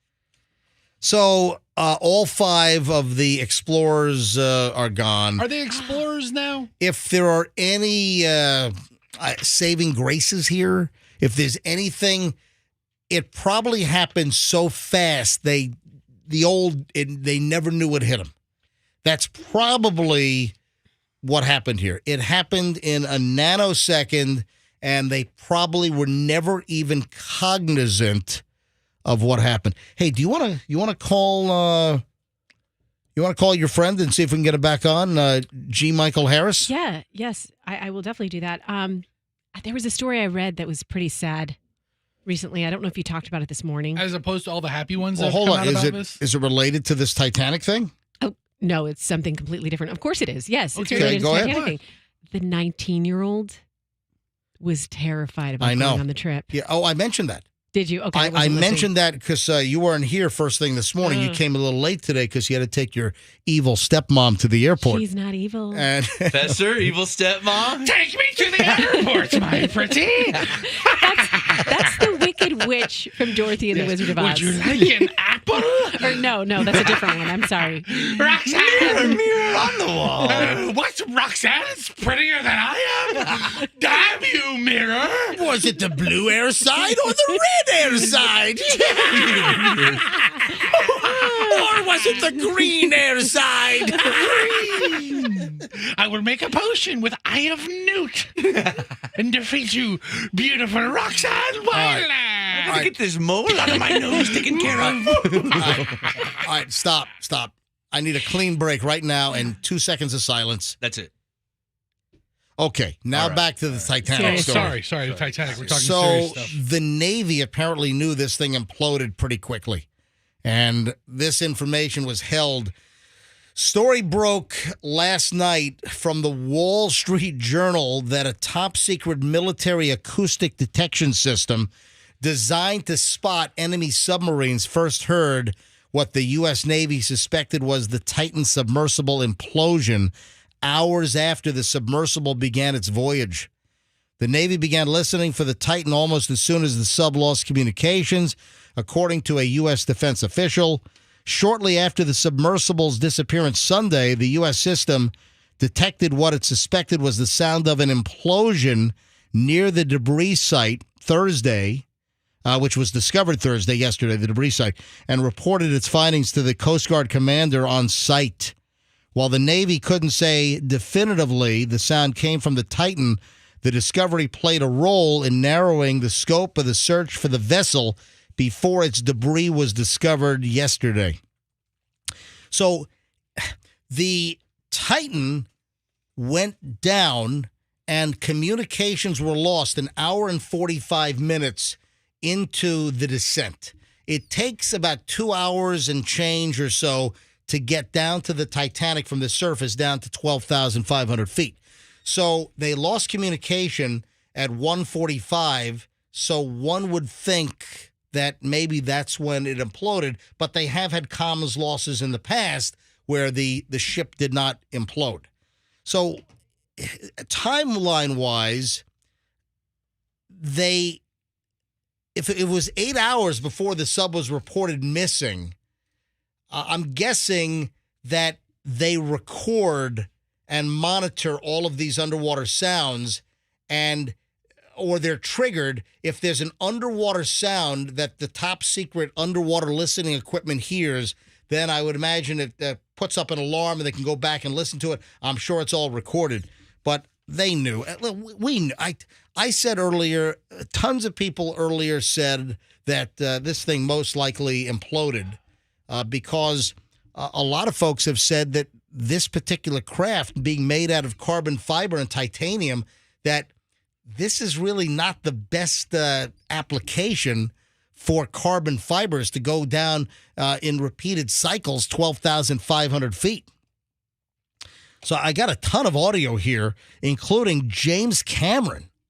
Yeah, I read that. The director of Titanic. And he's the only person that should be speaking on the subject. Well, he made the movie. Hey, I'll tell you what. James Cameron did a bunch of TV interviews. He broke his silence on this. Well, I've been down there many times. I know the wreck site very well, as does my friend Bob Ballard. I've made 33 dives. I actually calculated that I've spent more time on the ship than the captain did back in the day. And of course, as a submersible designer myself, I designed and built a sub to go to the deepest place in the ocean, 3 times deeper than Titanic. So I understand the engineering problems associated with building this type of vehicle and all the safety protocols that you have to go through. You know, one would say typically, you're a freaking movie director.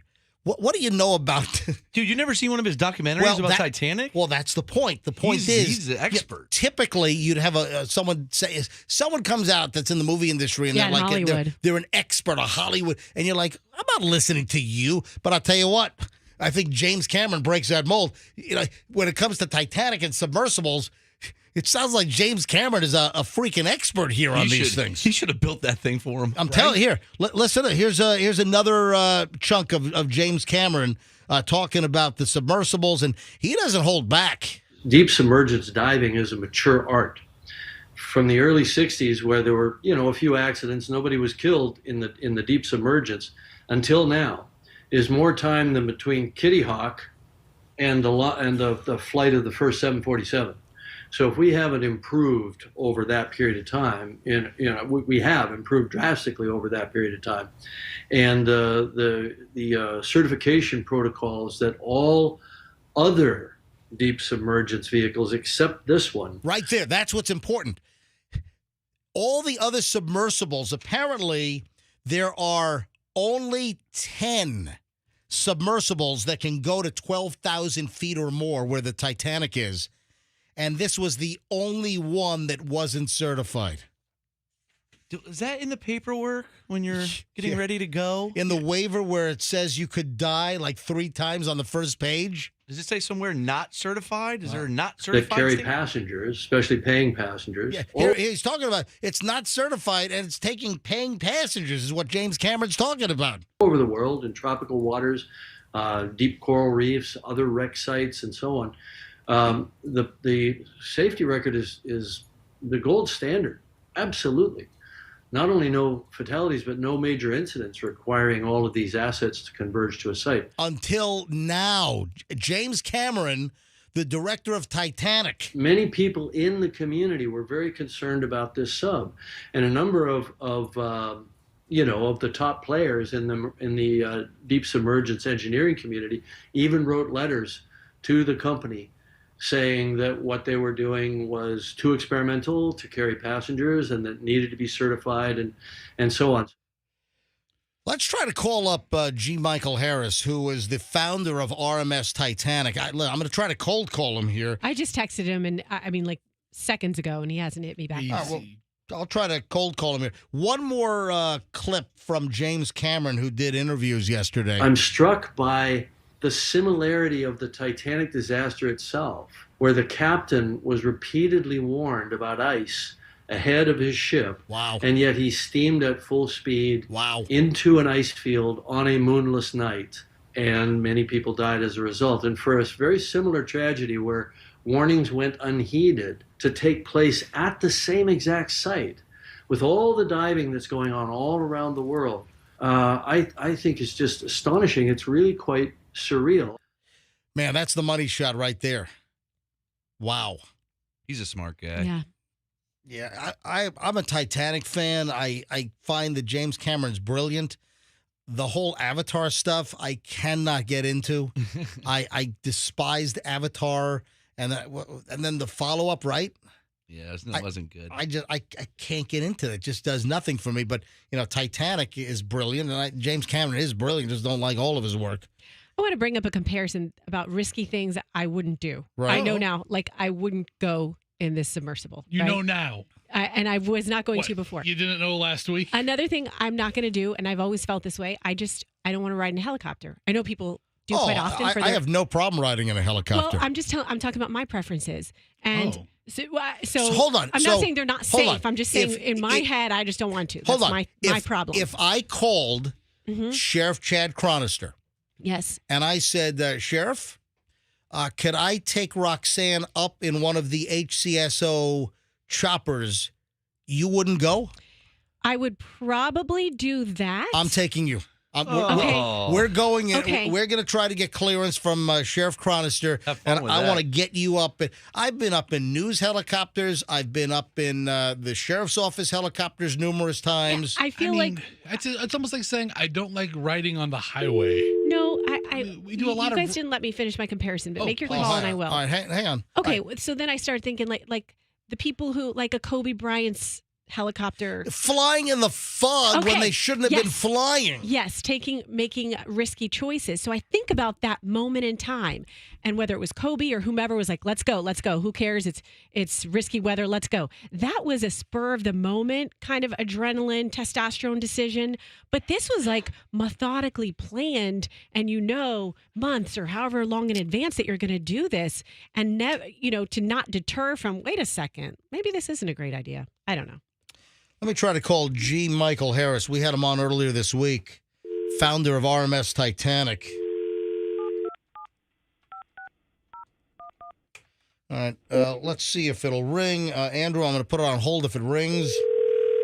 All right, Andrew, see if he picks up, see if he's available to talk to us quickly here.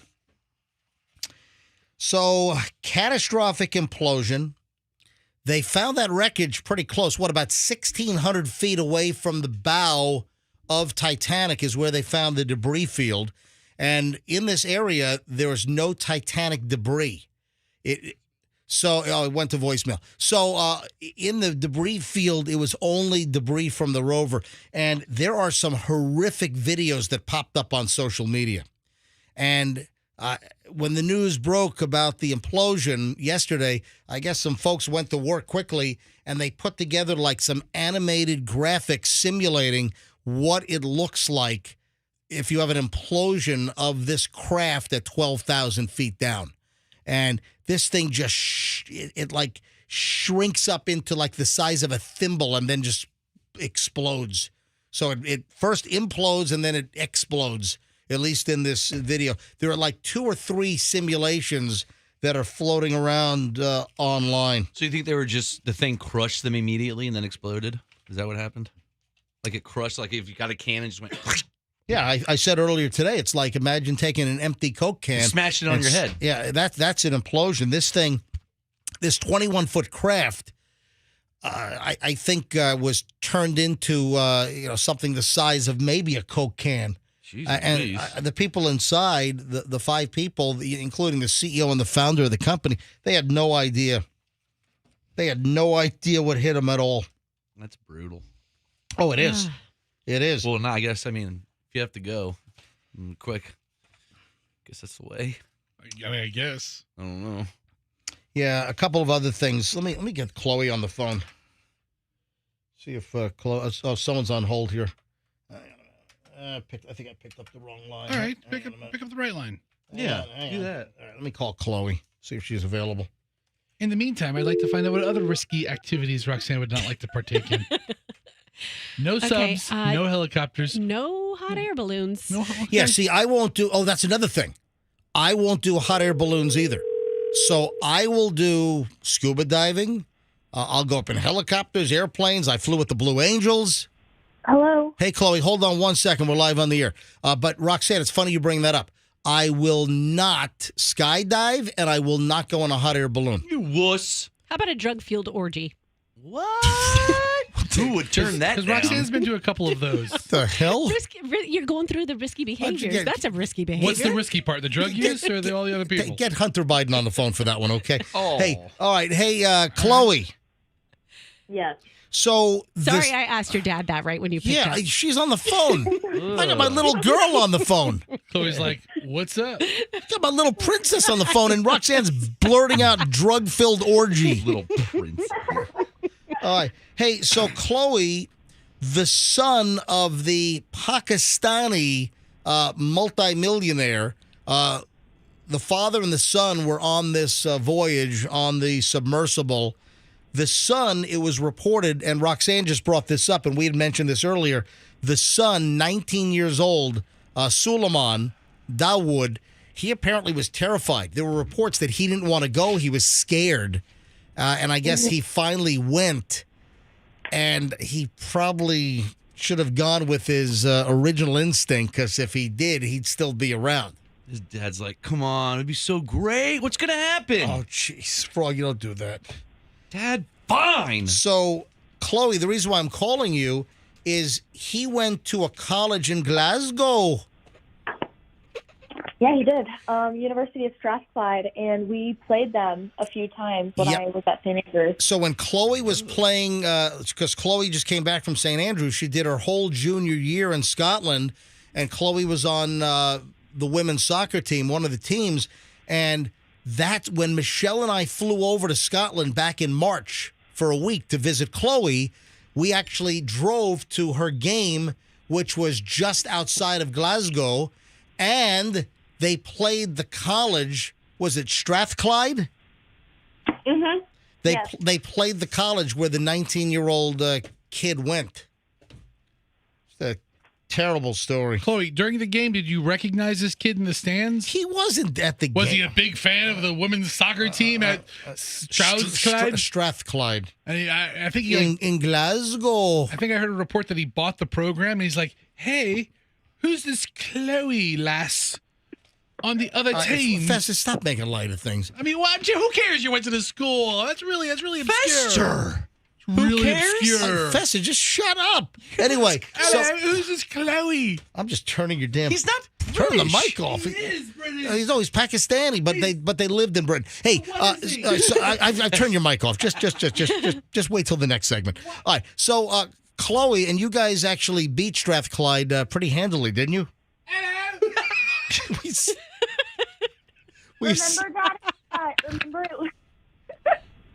Remember it was that close game, and then I had the assist. That was the game winner and goal. Oh, that's I right. saw that play. Oh, yeah.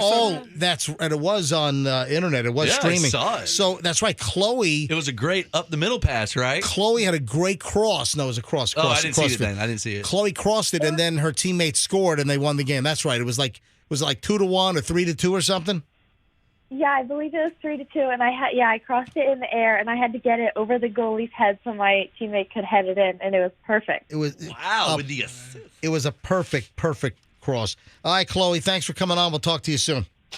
All right, bye guys. Bye. All right. Bye.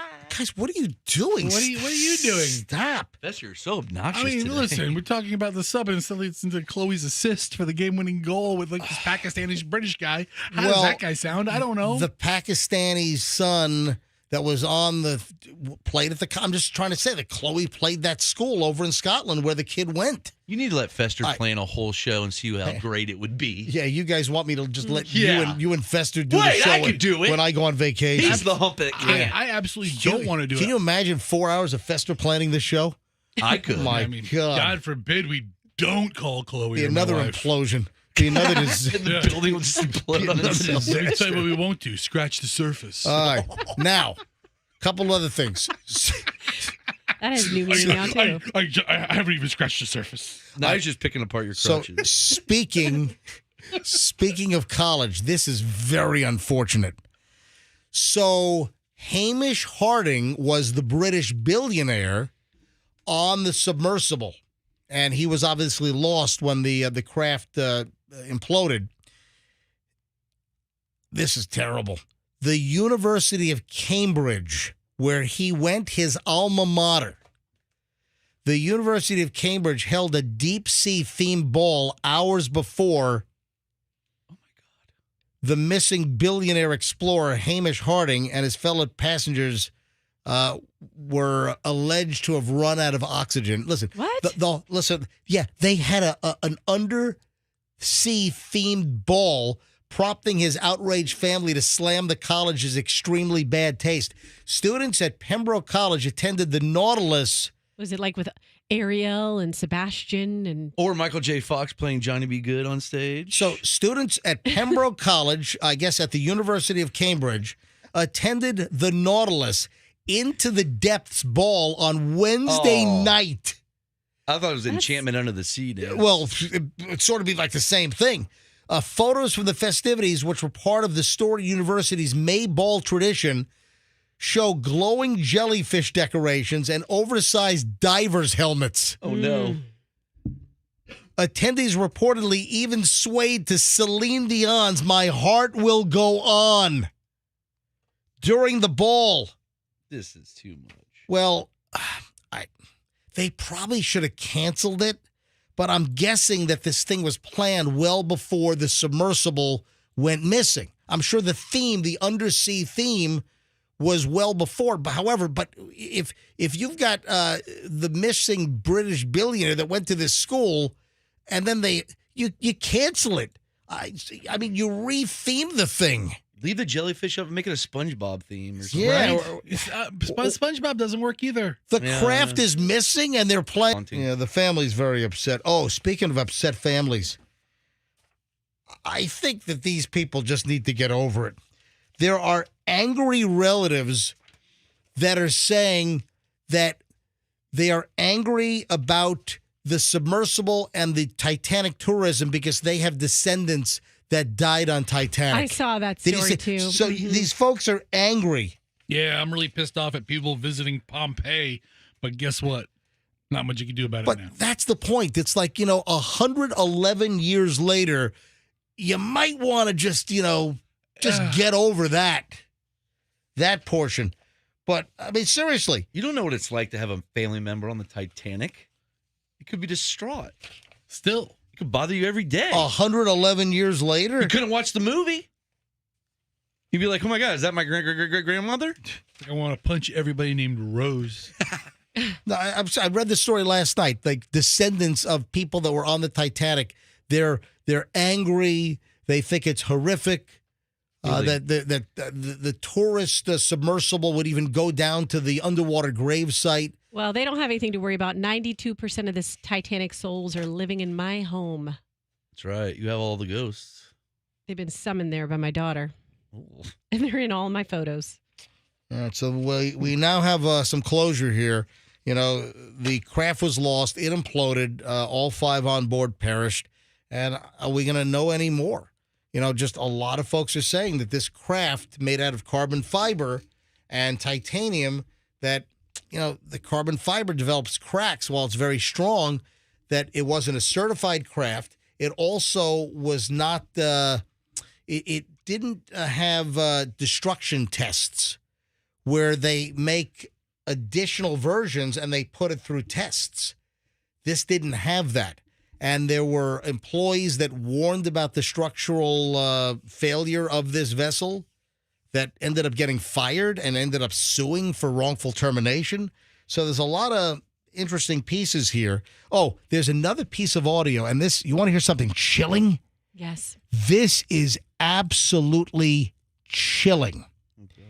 And it is... hold on. Did you pull the audio? Andrew, where's the audio of? I think I sent it to you. Where where's the audio of the CEO? The old audio clip, is that up here? Yeah, I don't see it on here. Yeah, it's not up here. Yeah, there's this audio of the CEO, and he says something very, very chilling. Is it on a different page? So I don't see it. Really makes the whole countdown to no air thing insignificant.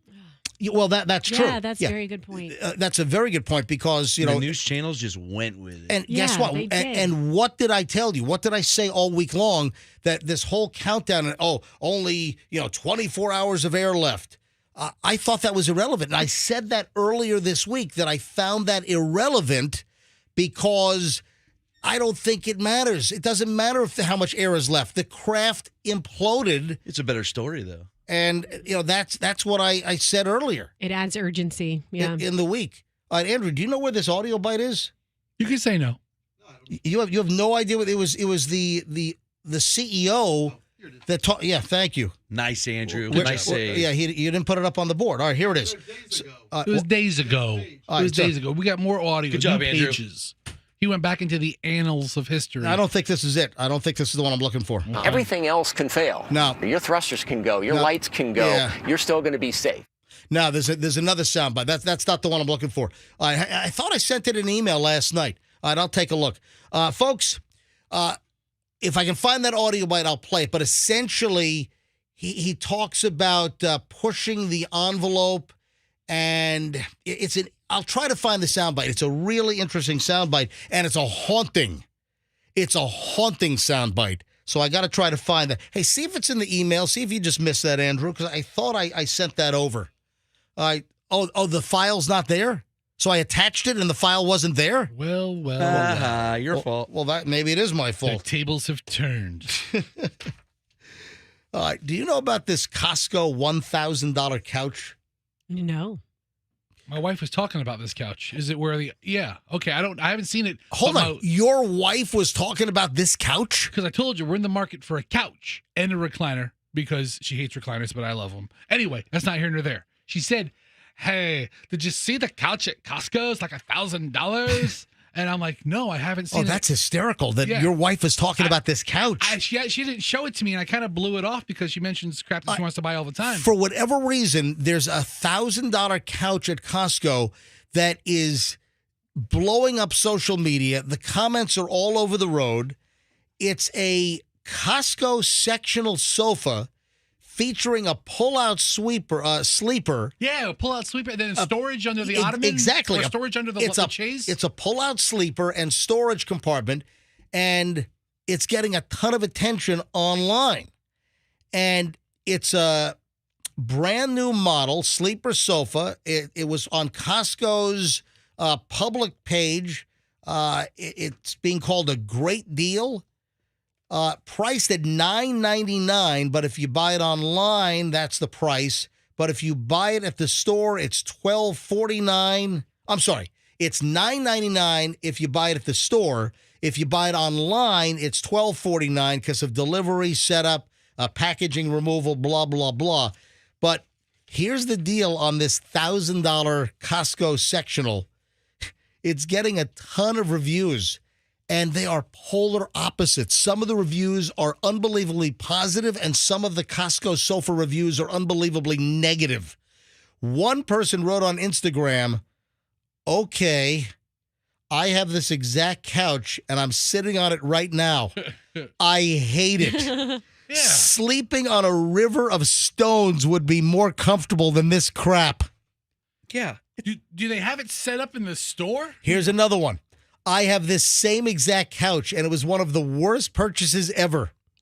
Here's another one. The material feels super rough and the cushions don't line up evenly. Oh, I hate that. When you pop the foot cube out, I would not recommend it. Here's one. I work delivering these for Costco and they suck. People always return them. Here's another one.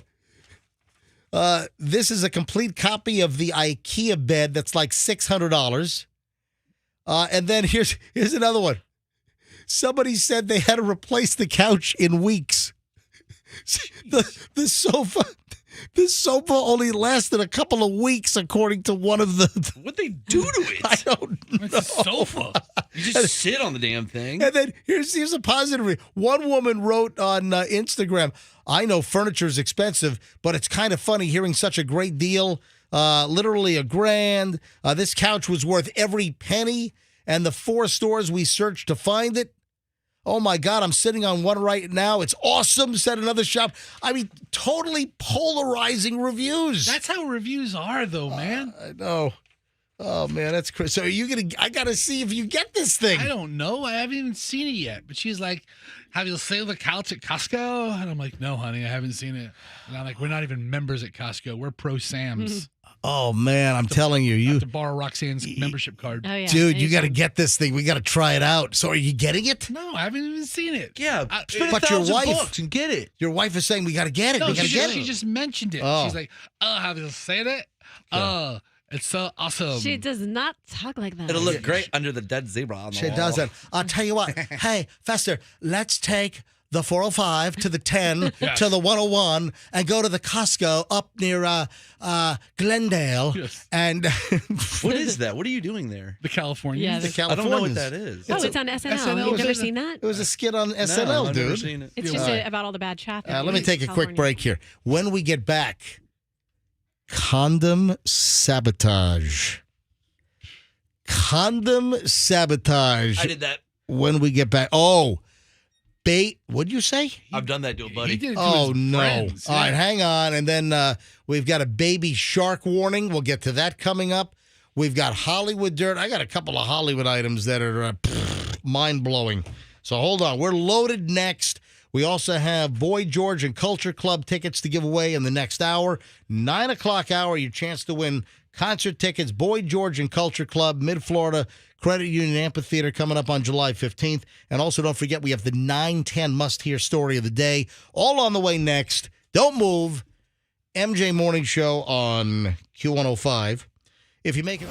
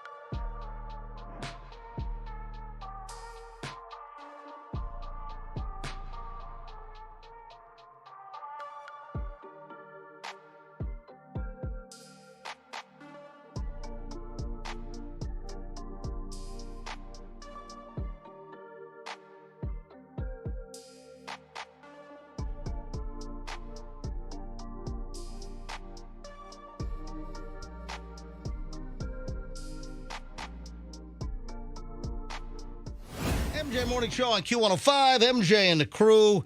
Froggy just watched it. How horrific is that? Is it the one when it's dropping? Yeah. And then it goes. Yeah. And then it goes. Yeah, that's the one you watched? Yeah, the one that's dropping and it shows the. There are 3 of them, and people put up videos online. They're circulating on social media of what an implosion of the submersible would look like. Imagined what it would look like. But there's also videos of all kinds of other things, like real videos of tankers and stuff crushing, like examples of how they of implosions under pressure. Yeah, horrible. Yeah, and for whatever reason, mainstream media outlets are pushing the story. For instance, look at this on New York Post right now, NewYorkPost.com. The lead item: disaster imagined. I saw these last night in various sources. Terrifying videos depict what may have happened during the Titanic sub's last seconds, and it's just implosion at 12,500 feet down. It's absolutely insane. Oh, guess what? Somebody owes me an apology. And Roxanne, you guessed Fester. No. I don't apologize for anything. Last segment for a minute and change, I'm over here doing something involving the word pud, and pud. Huh? You pulling your pud over there? What? Well, no, I'm looking for this audio bite, and somebody owes me an apology. I was trying to find that chilling audio bite from the pilot and the CEO of the company that lost the Titan submersible. I'm looking for this one audio bite, and I think I'm going crazy over here because I know I sent it to Andrew last night to make available for us to play. So who owes me an apology? First off, your going crazy is a separate issue. Yeah. Ooh. Nice. Secondly, I apologize. I did look at the email again, and I didn't see it all the way at the bottom. I didn't scroll to the bottom after the 3 consecutive identical interviews of James Cameron. So wait a minute. So you're telling me that whatever's on your screen, you assume that's it? You don't see there's a bar that you got to pull it down and see if there's more information on the page? I usually do. Yeah, but you sending him 3 links of the same James Cameron interview. No, I sent different sources of the James Cameron, and I think there were some different audio bites. No, because one was the same interview each time. One was CBS News, one was ABC News. Nope, it was the same. Nope. All right. Andrew says same. And are we going to talk about the stepson, Eber, and Cardi B and their new beef? Yeah, I've got that as well. Okay, good. We'll get to that here in a second. So I'll let you guys explain that whole issue. So Cardi B is now involved in the Titanic submersible implosion. How the hell is Cardi B involved in this? First of all, Andrew, I'm sorry, you wanted to what now? You wanted to...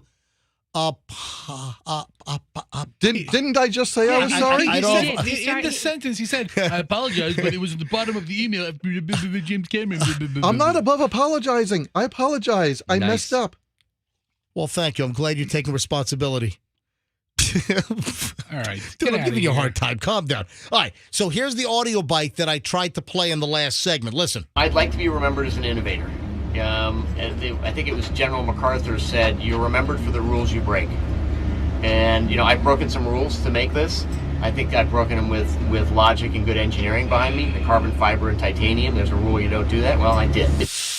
Oh, boy. Those are some famous. See, now you know why I wanted that audio bite. I mean, that is the CEO and the founder, or co-founder. That's the pilot. That's Stockton Rush, the guy that was piloting the submersible that died, along with the other 4 passengers on board. And how chilling and haunting is that audio bite? I guess you can't use. That's why I was looking frantically for that audio bite. Yeah, guess what? I did, and look what happened. I mean, is that not chilling? I want to hear that again. This is just an insane audio bite of the founder of the company and the pilot and the CEO of the lost submersible. I'd like to be remembered as an innovator. Well, you're going to be remembered as a little more than that. I think it was General MacArthur said, you're remembered for the rules you break. And, I've broken some rules to make this. Yeah, you did.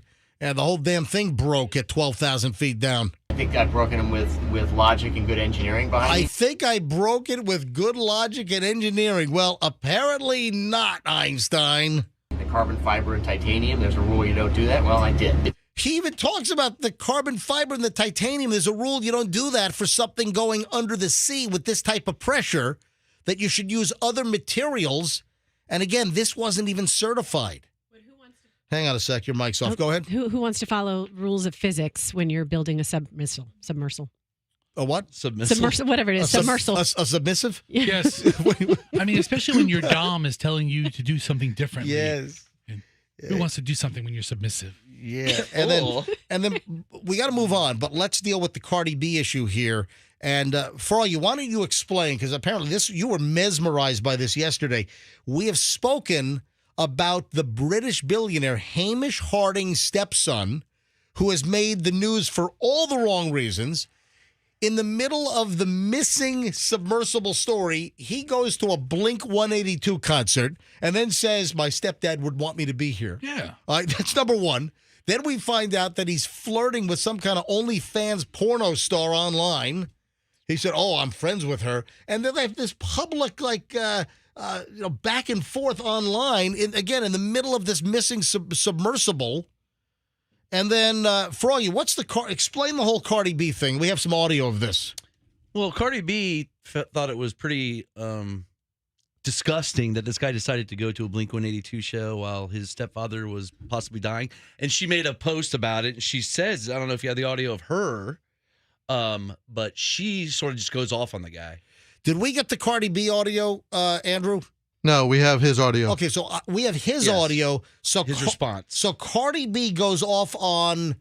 Try and find the Cardi B real quick. So Cardi B goes off on the stepson. Yes. And then the stepson then responds to Cardi B? Yes. And the beef has begun. All right. Here's the response first. Andrew's going to try to find the Cardi B audio. Listen to this. Here we go. Cardi B, grow up, get some class, you're tasteless. So you take a complete like Cardi B, has no idea what's going on. Her career is in such turmoil, she needs clout off other people's suffering. Believe it or not, I have about $100 to my name. I can't go out to the ocean. I have a legal situation keeping me here as well. Wait a sec. So his stepfather is a billionaire.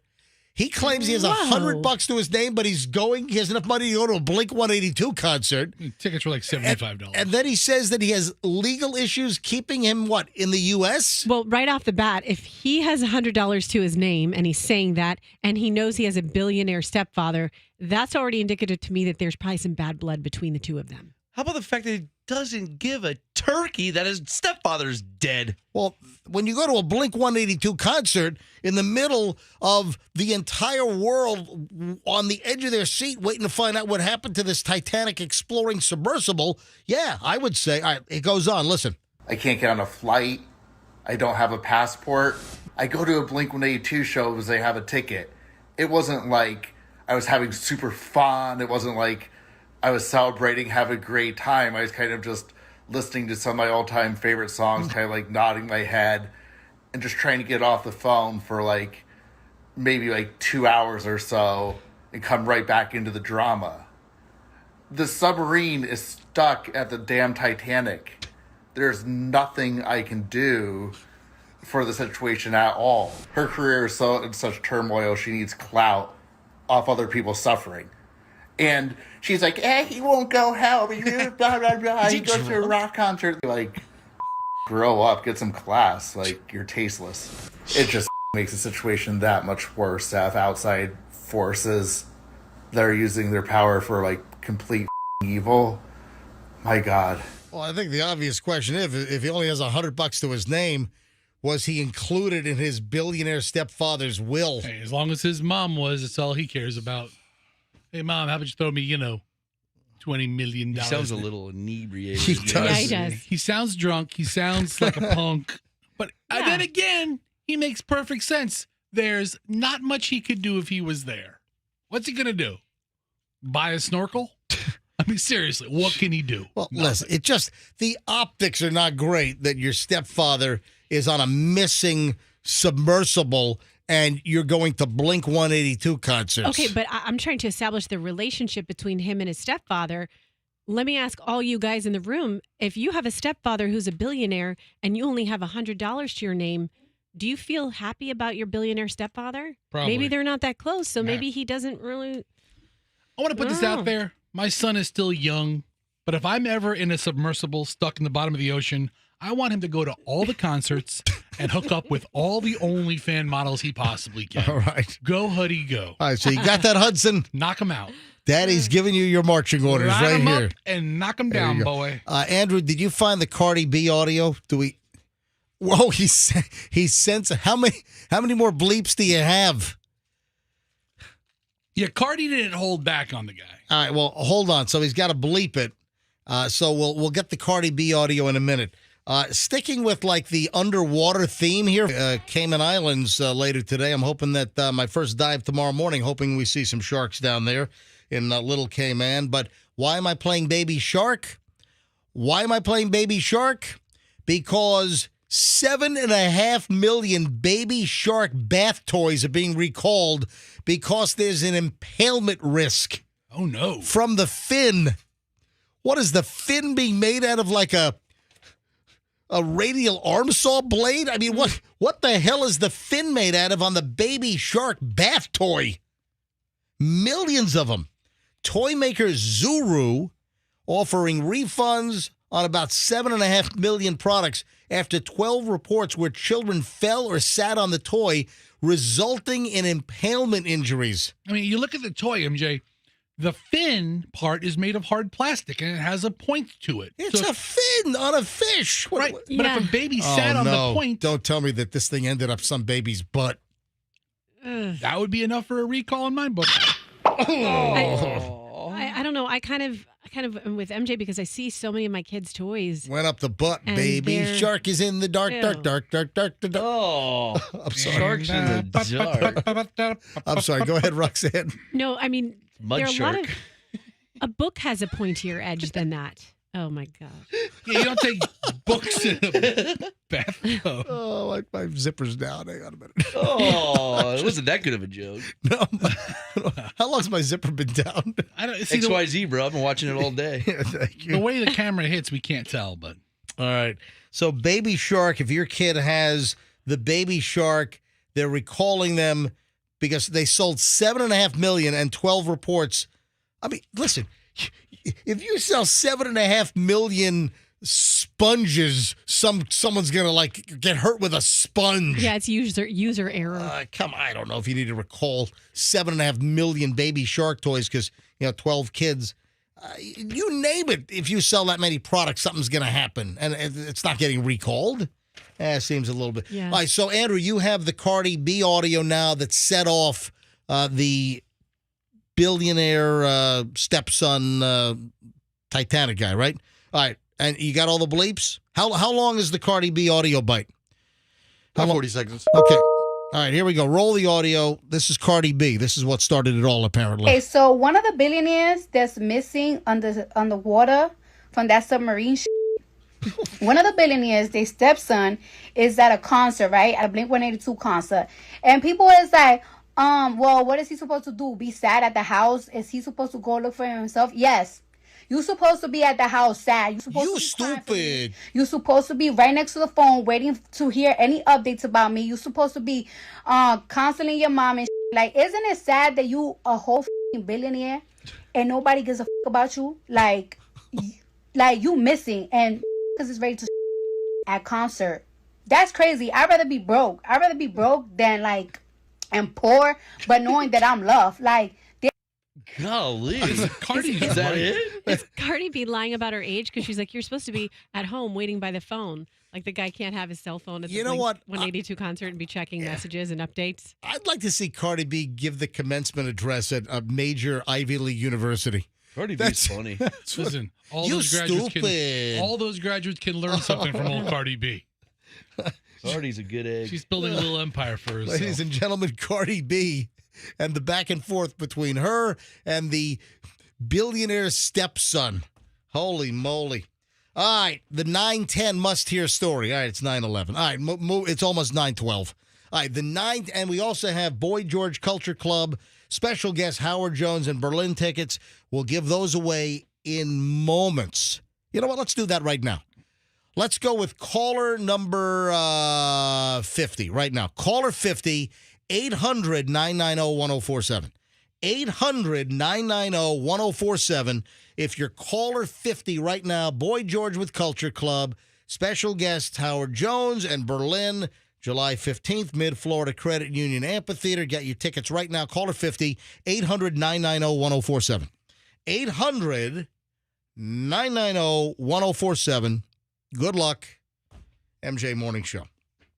All right, so the must-hear item at 9:10 is condom sabotage. This young woman is all giddy, claiming that she has a baby sister because she sabotaged her father's condoms. Ew. Whoa. Yeah, listen to this. If you're a little kid, please don't even watch the rest of this video. This is so embarrassing. Mom, I'm so sorry. I'm not sorry because Sam's here. But when I'm yelling in my car. When I was a little girl, me and my best friend, went in my mom and dad's bedroom. And I don't know how she knew. There was some shiny packets on the nightstand. And she said what they were and told me what they were used for. And then there was a needle laying, there was like a sewing needle beside the packet. And what'd you do, Ruthie? Sounds like Ruthie from Ozark, doesn't it? Her voice is awful. No, but it sounds like Ruthie on Ozark, the TV show. Here we go, part 2. And me and my friend poked lots of holes in the packets. And when, like, 6 months later, my mom told me she was pregnant. And I was so happy. But years later, my mom still says, I don't know how she happened. We were so careful. Is she like... First of all, that sounds fake as crap. It does. And guess what? Anytime people do these dumb confessions on social media, they have the exact same cadence when they tell the story, whether they're Southern or whatever. I'm calling BS on that. I saw this last night. It is making the rounds. This is making the social media rounds. And I don't know how many people are believing it. To me, as she tells the story, that is phony as crap. That is just phony sounding. I'm not buying it. And yeah, when I was little, I poked the condom with my friend, and we saw shiny packages. I found a sewing needle. I think it's totally phony. All right, 9:15 at the MJ Morning Show. Let me grab caller number 50 right now and say hello to... Hi, this is Jackie. Jackie, this is MJ. Hello. Oh, my goodness, MJ, I can't believe it. Well, what can't you believe? Well, a couple things, right? So, Yep. Number one, I was just like, well, what the heck, I'll just try because it's a beautiful free ticket. And then secondly, I also follow you on your afternoon show, and I'm sorry your last day is July 28th. Yep. I'm leaving the afternoon show. I'm shutting it down. I'm only going to do one full-time job a day, and that is the slightly more enjoyable MJ Morning Show over the vitriol of the world of that particular program. All right, so listen, Jackie, you're caller 50. Yep. You win. Yep. You got it. You're going to see Boy George Culture Club with Howard Jones and Berlin at the Amp on July 15th. You win from the MJ Morning Show. Get along, little doggy. Oh, I'm glad you didn't say yippee-ki-yay, bleeper, you know? All right. Hey, Jackie, where are you calling from? So I'm from Del Rico. Oh, fantastic. Did you just say something about Cardi B? I said I'm glad we'll let Cardi B do those little montages. There you go. All right, Jackie, hold on to the phone here. Andrew's going to get all your information. And, Jackie, thank you so much for your support and listening to the program. Have a great day. Thanks, MJ. You too. Bye-bye. All right, hold on a minute. Line 3. Andrew, get Jackie's information, would you please? Something I want to talk to you about, MJ, if you don't mind. Hunter Biden. Oh, we got to talk about a political guy. Yeah. We don't do, I deliberately not do a lot of politics on this show. I know, but We What- have to talk about this story for a couple of reasons. What's the item? How big of a dirtbag do you have to be to get kicked out of a sex club? Oh, I saw this. Right? This is not really, well, This goes beyond politics. it does. No, there's a story that I saw yesterday. There's an allegation that Hunter Biden was a member at some like $10,000 like LA area sex club, and he was kicked out because he was like a scumbag and creepy, allegedly. After like one visit. Isn't it anything goes there? And isn't everybody there kind of creepy? I mean, what did he have to do? Hunter, listen, let the record show that Roxanne brought this up. Yeah. All right. And I don't consider this a political item, but no, this is by design. If you notice, I don't do a lot of politics on this show. No. We're just doing an entertainment show here. But last night I saw the story. Hunter Biden was a member of an elite Los Angeles sex club, was kicked out for being a scumbag. The club's founder has claimed. Damon Lawner, who opened the exclusive Sanctum, I think, SNCTM, Sanctum. I'm glad you could pronounce that. I've been trying to. Like that's well, what it looks like. It has no 'cause vowels in it. It's It's like a hip way to like pronounce to spell Sanctum, I think. I mean, the minute I saw it, I saw Sanctum. I see weird things when I look at Rorschach ink blots as well, folks. All right, so Sanctum, the guy sold it in 2019. He claims that Hunter Biden was banned from the club because he was a scumbag and a creep. It's a sex club where it's like anything goes. Yeah, that's right? saying something. When the sex club owner is calling you a creep, you're doing something right. The guy whose genius idea this was is calling you a creep. Yeah. A spokesperson for Sanctum told the LA Times it has a policy of never identifying its members. Except for Hunter Biden. And that any infringement of the rules results in a lifetime ban. The publication said Lawner made the claim that Hunter had been a member of the club after he had reached a plea deal with federal prosecutors this week. Damon Lawner opened up about Hunter Biden. It just said the guy and he got kicked out. I mean, you got to be pretty creepy. You got to be pretty pretty problematic to get kicked out of a high end sex club. So, I said 10,000. Membership fees were as high as $75,000. Did Hunter get a refund? I don't know. Look at the sign. No refunds. All right, Roxanne, thank you for bringing that up. That's not overtly political, No, but we're salacious around here. That falls under the category of salacious. I would say you are correct. All right, when we get back, I've got a bunch of Hollywood things. You know, my kids are going gaga over, there's a movie coming out. Man, there's a movie that's going to get me back to the theaters this summer. There is one movie that's going to get MJ back to the theaters this summer. Barbie? What? Barbie. That looks good. Margot Robbie looks great. Did you hear they had like a national shortage of pink paint because of that movie? It's not Barbie that's going to get MJ into the movie theater for the first time in years. What movie is going to get MJ back to the theater? Please stop. Should I stop talking like this? I beg of you. Should I stop talking in third person? For the name of love, please. Hang on, we'll get to it next. Final chunk of the MJ Morning Show, and I got a lot to jam in.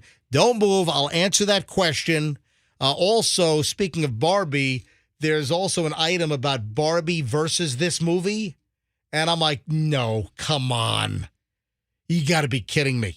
All right, that and a whole lot more next in the final chunk of the week of the MJ Morning Show next here on Q105.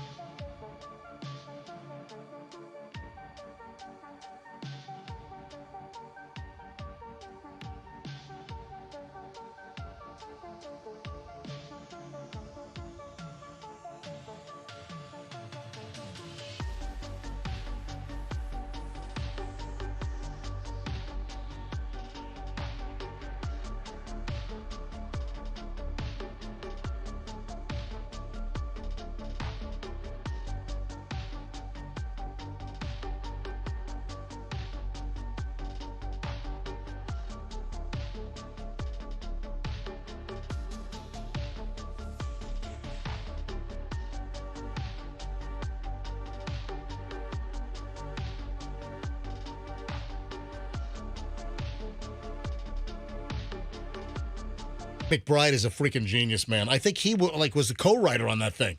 I mean, just the concept of, the whole religious super church family that are just incorrigible, horrendous human beings running a super church. Man, it's like for the last 20 years, that guy just puts out, like, starting with away for 5 years, then he put out substitute teachers or whatever. I don't want to meet many people. I'm not really enthralled by celebrity, but I would love to meet Danny McBride. He's pretty great. I love Danny. Kenny Powers, Eastbound and Down. I mean, just great stuff. All right, 9:31 at the MJ Morning Show here on Q105. So before the break, I said there's a movie that's coming out this summer that's going to get MJ into the theater for the first time in years. This summer. You know what it is? What? Fester, you know what it is? Nope. Oh my cotton balls are coming back. Oh my God. I tickle the back of my throat. I think it's a cotton ball. Oh my God. If you miss Fester eating cotton balls, because that's what supermodels do to stay full. If you missed that at 7:45 this morning, go check it out on MJTV. MJMorningshow.com. Click on MJTV and watch the video from today's show. I'll tell you, I am not hungry. All right, Roxanne. Yes. Any idea what movie is actually going to get me to go to the theaters this summer? Is it a scary movie? Yes, it is. I'm hearing that people are walking out feeling like they've been in like a horror movie. It's a Wes Anderson movie? No, it's not. Oh. Nope. Oh, you're thinking of the... Yeah. Yeah, Julian wants to see that. I want to see that one as well. What's that one I called? can't think of it. I'll Google it. Yeah, it's the like the rocket thing out in the desert deal. But hey, this is pretty close actually. Hold on, let me get Julian on the phone. Julian's like, "Hey, Dad, you can call me." Okay. Is it Asteroid City? Asteroid City is the Wes Anderson movie. Yes. It's got I love Edward Norton. He's in it. Yeah. Yeah. Asteroid City. Are the reviews good on that? Why don't you wait for your review? Because I typically, no, that's not the movie I want to see. Okay. Dude, no. Don't listen to reviews. It's not Asteroid City. I do want to see Asteroid City. Scarlett Johansson, Bryan Cranston. It looks like a good cast. I love the color saturation. You know how it's all. You like the yellows? No, I'm just saying that it's like Wes Anderson style. Yeah. Say that again, Julian. That's the Wes Anderson style. The oversaturated colors and everything. Yes. Yeah. Yeah. Same thing with like French Dispatch, Grand Budapest Hotel.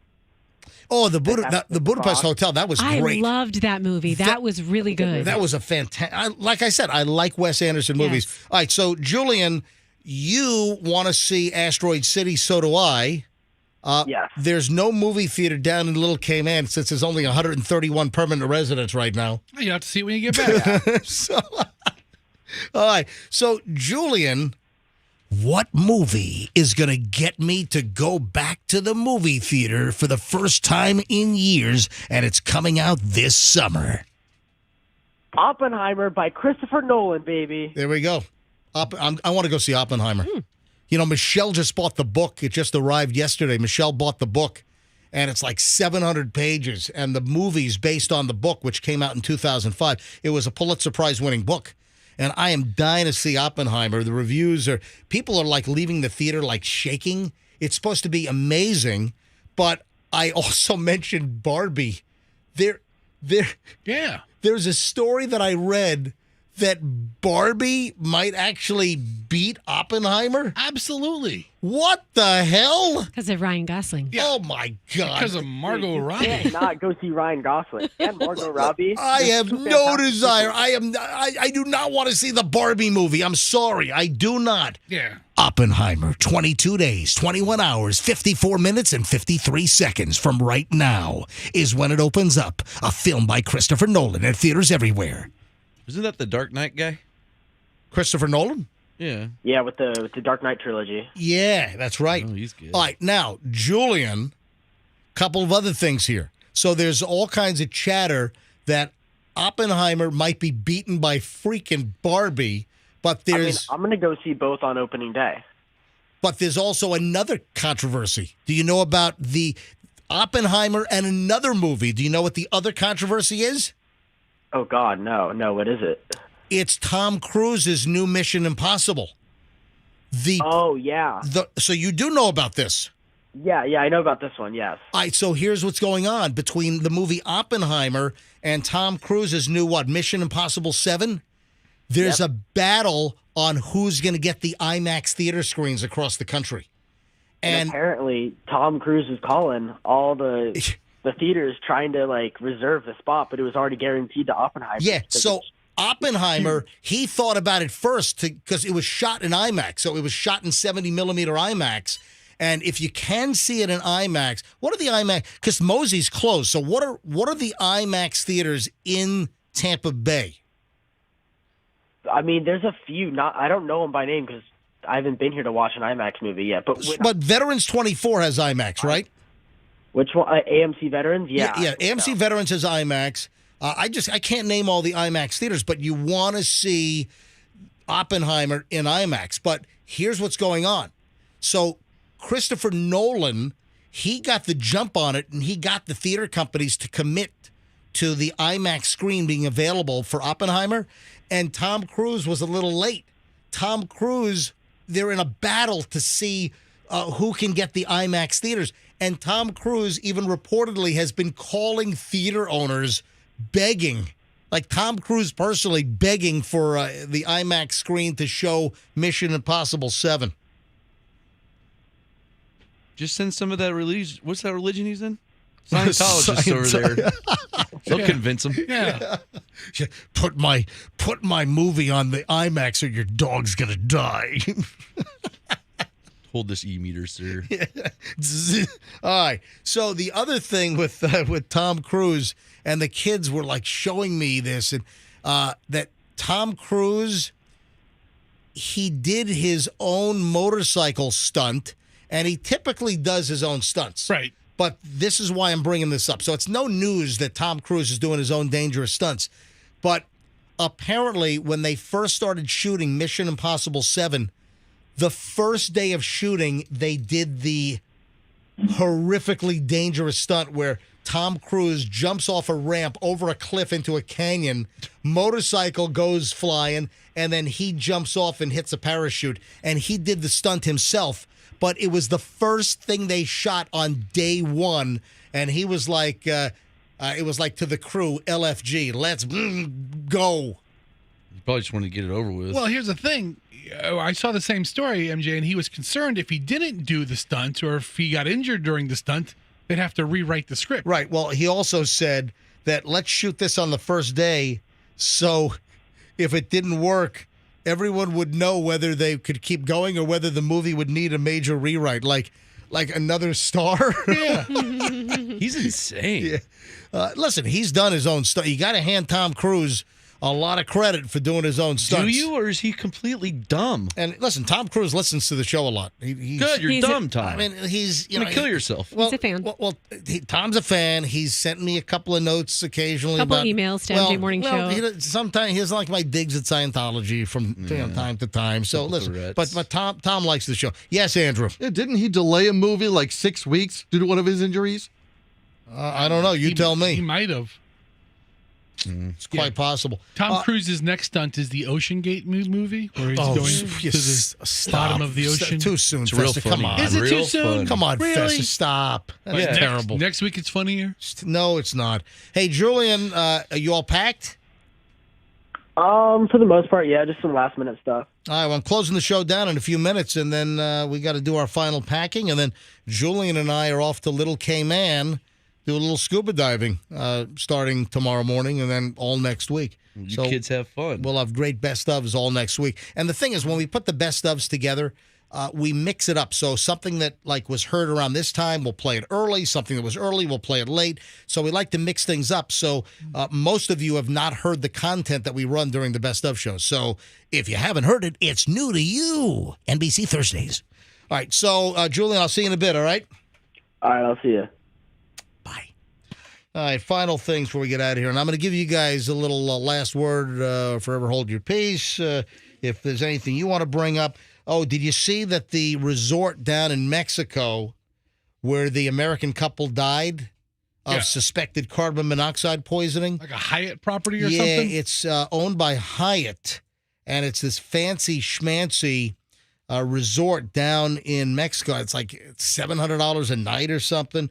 28-year-old Abby Lutz, or Lutz probably, and her boyfriend. Whenever I say Lutz, I mean living here in the Tampa Bay area. It's Lutz. You don't say Lutz, you say Lutz, but I'm sure it's Lutz. So she was 28, he was 41. John Heathcote. Sounds like a store. I'm going down to Heathcote, honey. You need anything? So they both expired, and they believe it was carbon monoxide poisoning. And this was at a Cabo San Lucas resort, Rancho Pescadero. And Hyatt has shut this thing down pending the investigation, but it's believed to be carbon monoxide poisoning. We had, 3 people die at Sandals in the Caribbean sad. not long ago, carbon monoxide poisoning. And again, MJ Morning Show public service announcement, get a portable carbon monoxide detector. I've got them in my home here. Whenever I travel, it's in my suitcase. I'll have it with us down in Little Cayman. I'll have my portable carbon monoxide detector. There's one made by Kidda that I like. It is a 10-year sealed lithium-ion battery. It's got a window that tells CO parts per million. The alarm goes off if any CO, carbon monoxide, is detected. It is like $39.99. Buy the freaking thing, put it in your luggage, and travel with it. If they would have had this, if they would have been listening to this show and they traveled with it, guess what? They'd be alive today. The detector would have gone off. Hey, Andrew, do me a favor. On links mentioned, can you move the carbon monoxide detector back up? Yeah, we talked about this earlier in the week or late last week, and we posted the carbon monoxide detector that I like. And I purchased about 8 of these things. We got kids have them. I have them. I keep them in the house as well. Take them on vacation. Send the kids to college with these things.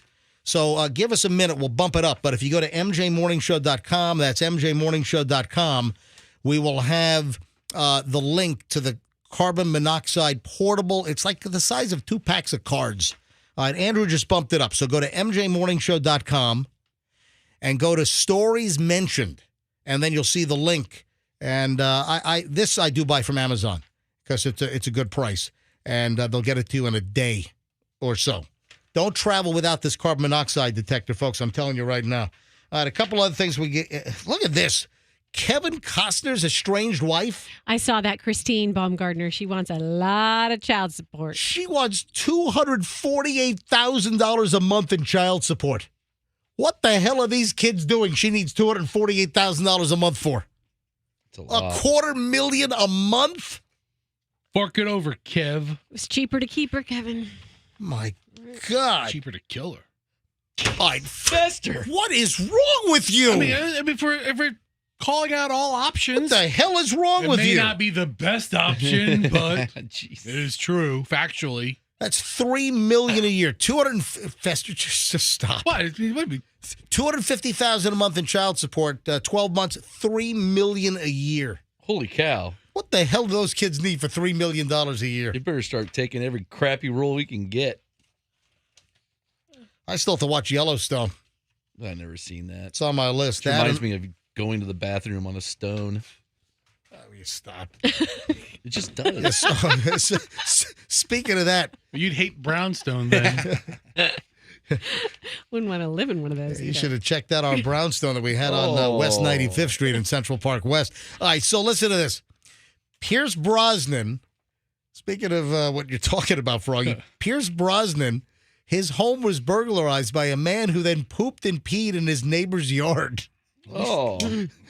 This was like a TMZ leading story yesterday. I mean, at least the guy had the good sense to do it in the neighbor's yard. A source close to Pierce Brosnan tells the man never made it inside the home. Instead, used an outdoor shower. Gross moment at Pierce Brosnan's house. Police say the guy urinated and defecated in the neighbor's yard and then stormed into Pierce Brosnan's property and then used his outdoor shower to clean up. Ew. Oh my God! It's not the whole poop Excuse shower. me, sir. What are you doing? Is that your Pierce Brosnan Yes, impression? this is Pierce Brosnan. This guy was 007. That's the best you can do? Yes, I'm 007. Hello. I thought he was a good 007 too. I mean, not as good as Roger Moore, who I think was the best. I like Roger, and then Sean Connery probably second, but Roger Moore was the best. Are you giving me the wrap? Are you giving me the wrap up? Why are you giving me? Because this is our time to say things that we omitted, anything that we forgot about. Okay, right? all right. Let's give it all to Roxanne. All right, Roxanne, you have the floor. Just a couple things. When you're listening to Best Ofs next week, remember, right after the Best Of, Roxanne Middays, not Best Ofs, Worst Ofs. Worst Ofs. No, it's just going to be me. Worst Ofs. Here. Regular crappy Roxanne. All my Middays. bloopers. No, it's going to be me here. And then check out myq105.com for myself and all the guys' great web content, local and unique stories that we'll be posting next week. And then also follow me on Instagram at Roxanne Wilder. I will be trying to get followers up while you were gone, MJ, because that is all anyone cares about in this world You're anymore. trying to get it up? Wait, you expect me to post next week when we're on vacation? All right, Froggy, anything you want to say before we get out of here? Yeah, we didn't appreciate him. Remember that? Froggy appreciation? We'll get to it when we get Yeah, we'll do it when we get back. Okay. Yeah, that's we can do that when we get back. Fester, anything else? You want to say anything else rude? What? That it was cheaper for Kevin Costner to kill his wife than to pay her all that money? Stop. Dude, come on. What? That's Come a rude on. thing? That's hey, shocking. Little warning here. Health advisory's been issued for Poop Beach and Doo-Doo Shores on Davis Islands. All right. The Florida Department of Health in Hillsborough County, they've issued a public health advisory for Bahia and Davis Islands beaches, affectionately known as Poop Beach and Doo-Doo Shores. So, nothing like some Davis Islands junk water poop floating around. I think that's it. Is there anything? Oh, and this is terrible. Chubby's is closing in Ballast Point in South Tampa. Oh, no. What the heck? Michelle, Chubby's is closing. At the end of the month. At the end of the month, Chubby's. Michelle was just there with the kids and my mother-in-law recently down at Chubby's. Guys, I was at Chubby's also within the last couple of months. What? Chubby's is closing after 40-something years. Friday, June 30th is the last day. Oh, Chubby's. Chubby's, a famous sub and pizza place, South Tampa. Oh, guys, what are you doing? Folks, have a great weekend. I'm off to Little Cayman with Julian, do some scuba diving. I'm going to put all kinds of stuff up on my Instagram at Certified MJ Radio. That's Certified MJ Radio. Folks, have a great weekend. Best ofs next week. You're going to love them. Follow me at Certified MJ Radio. We'll see you in a week, and let's be careful out there.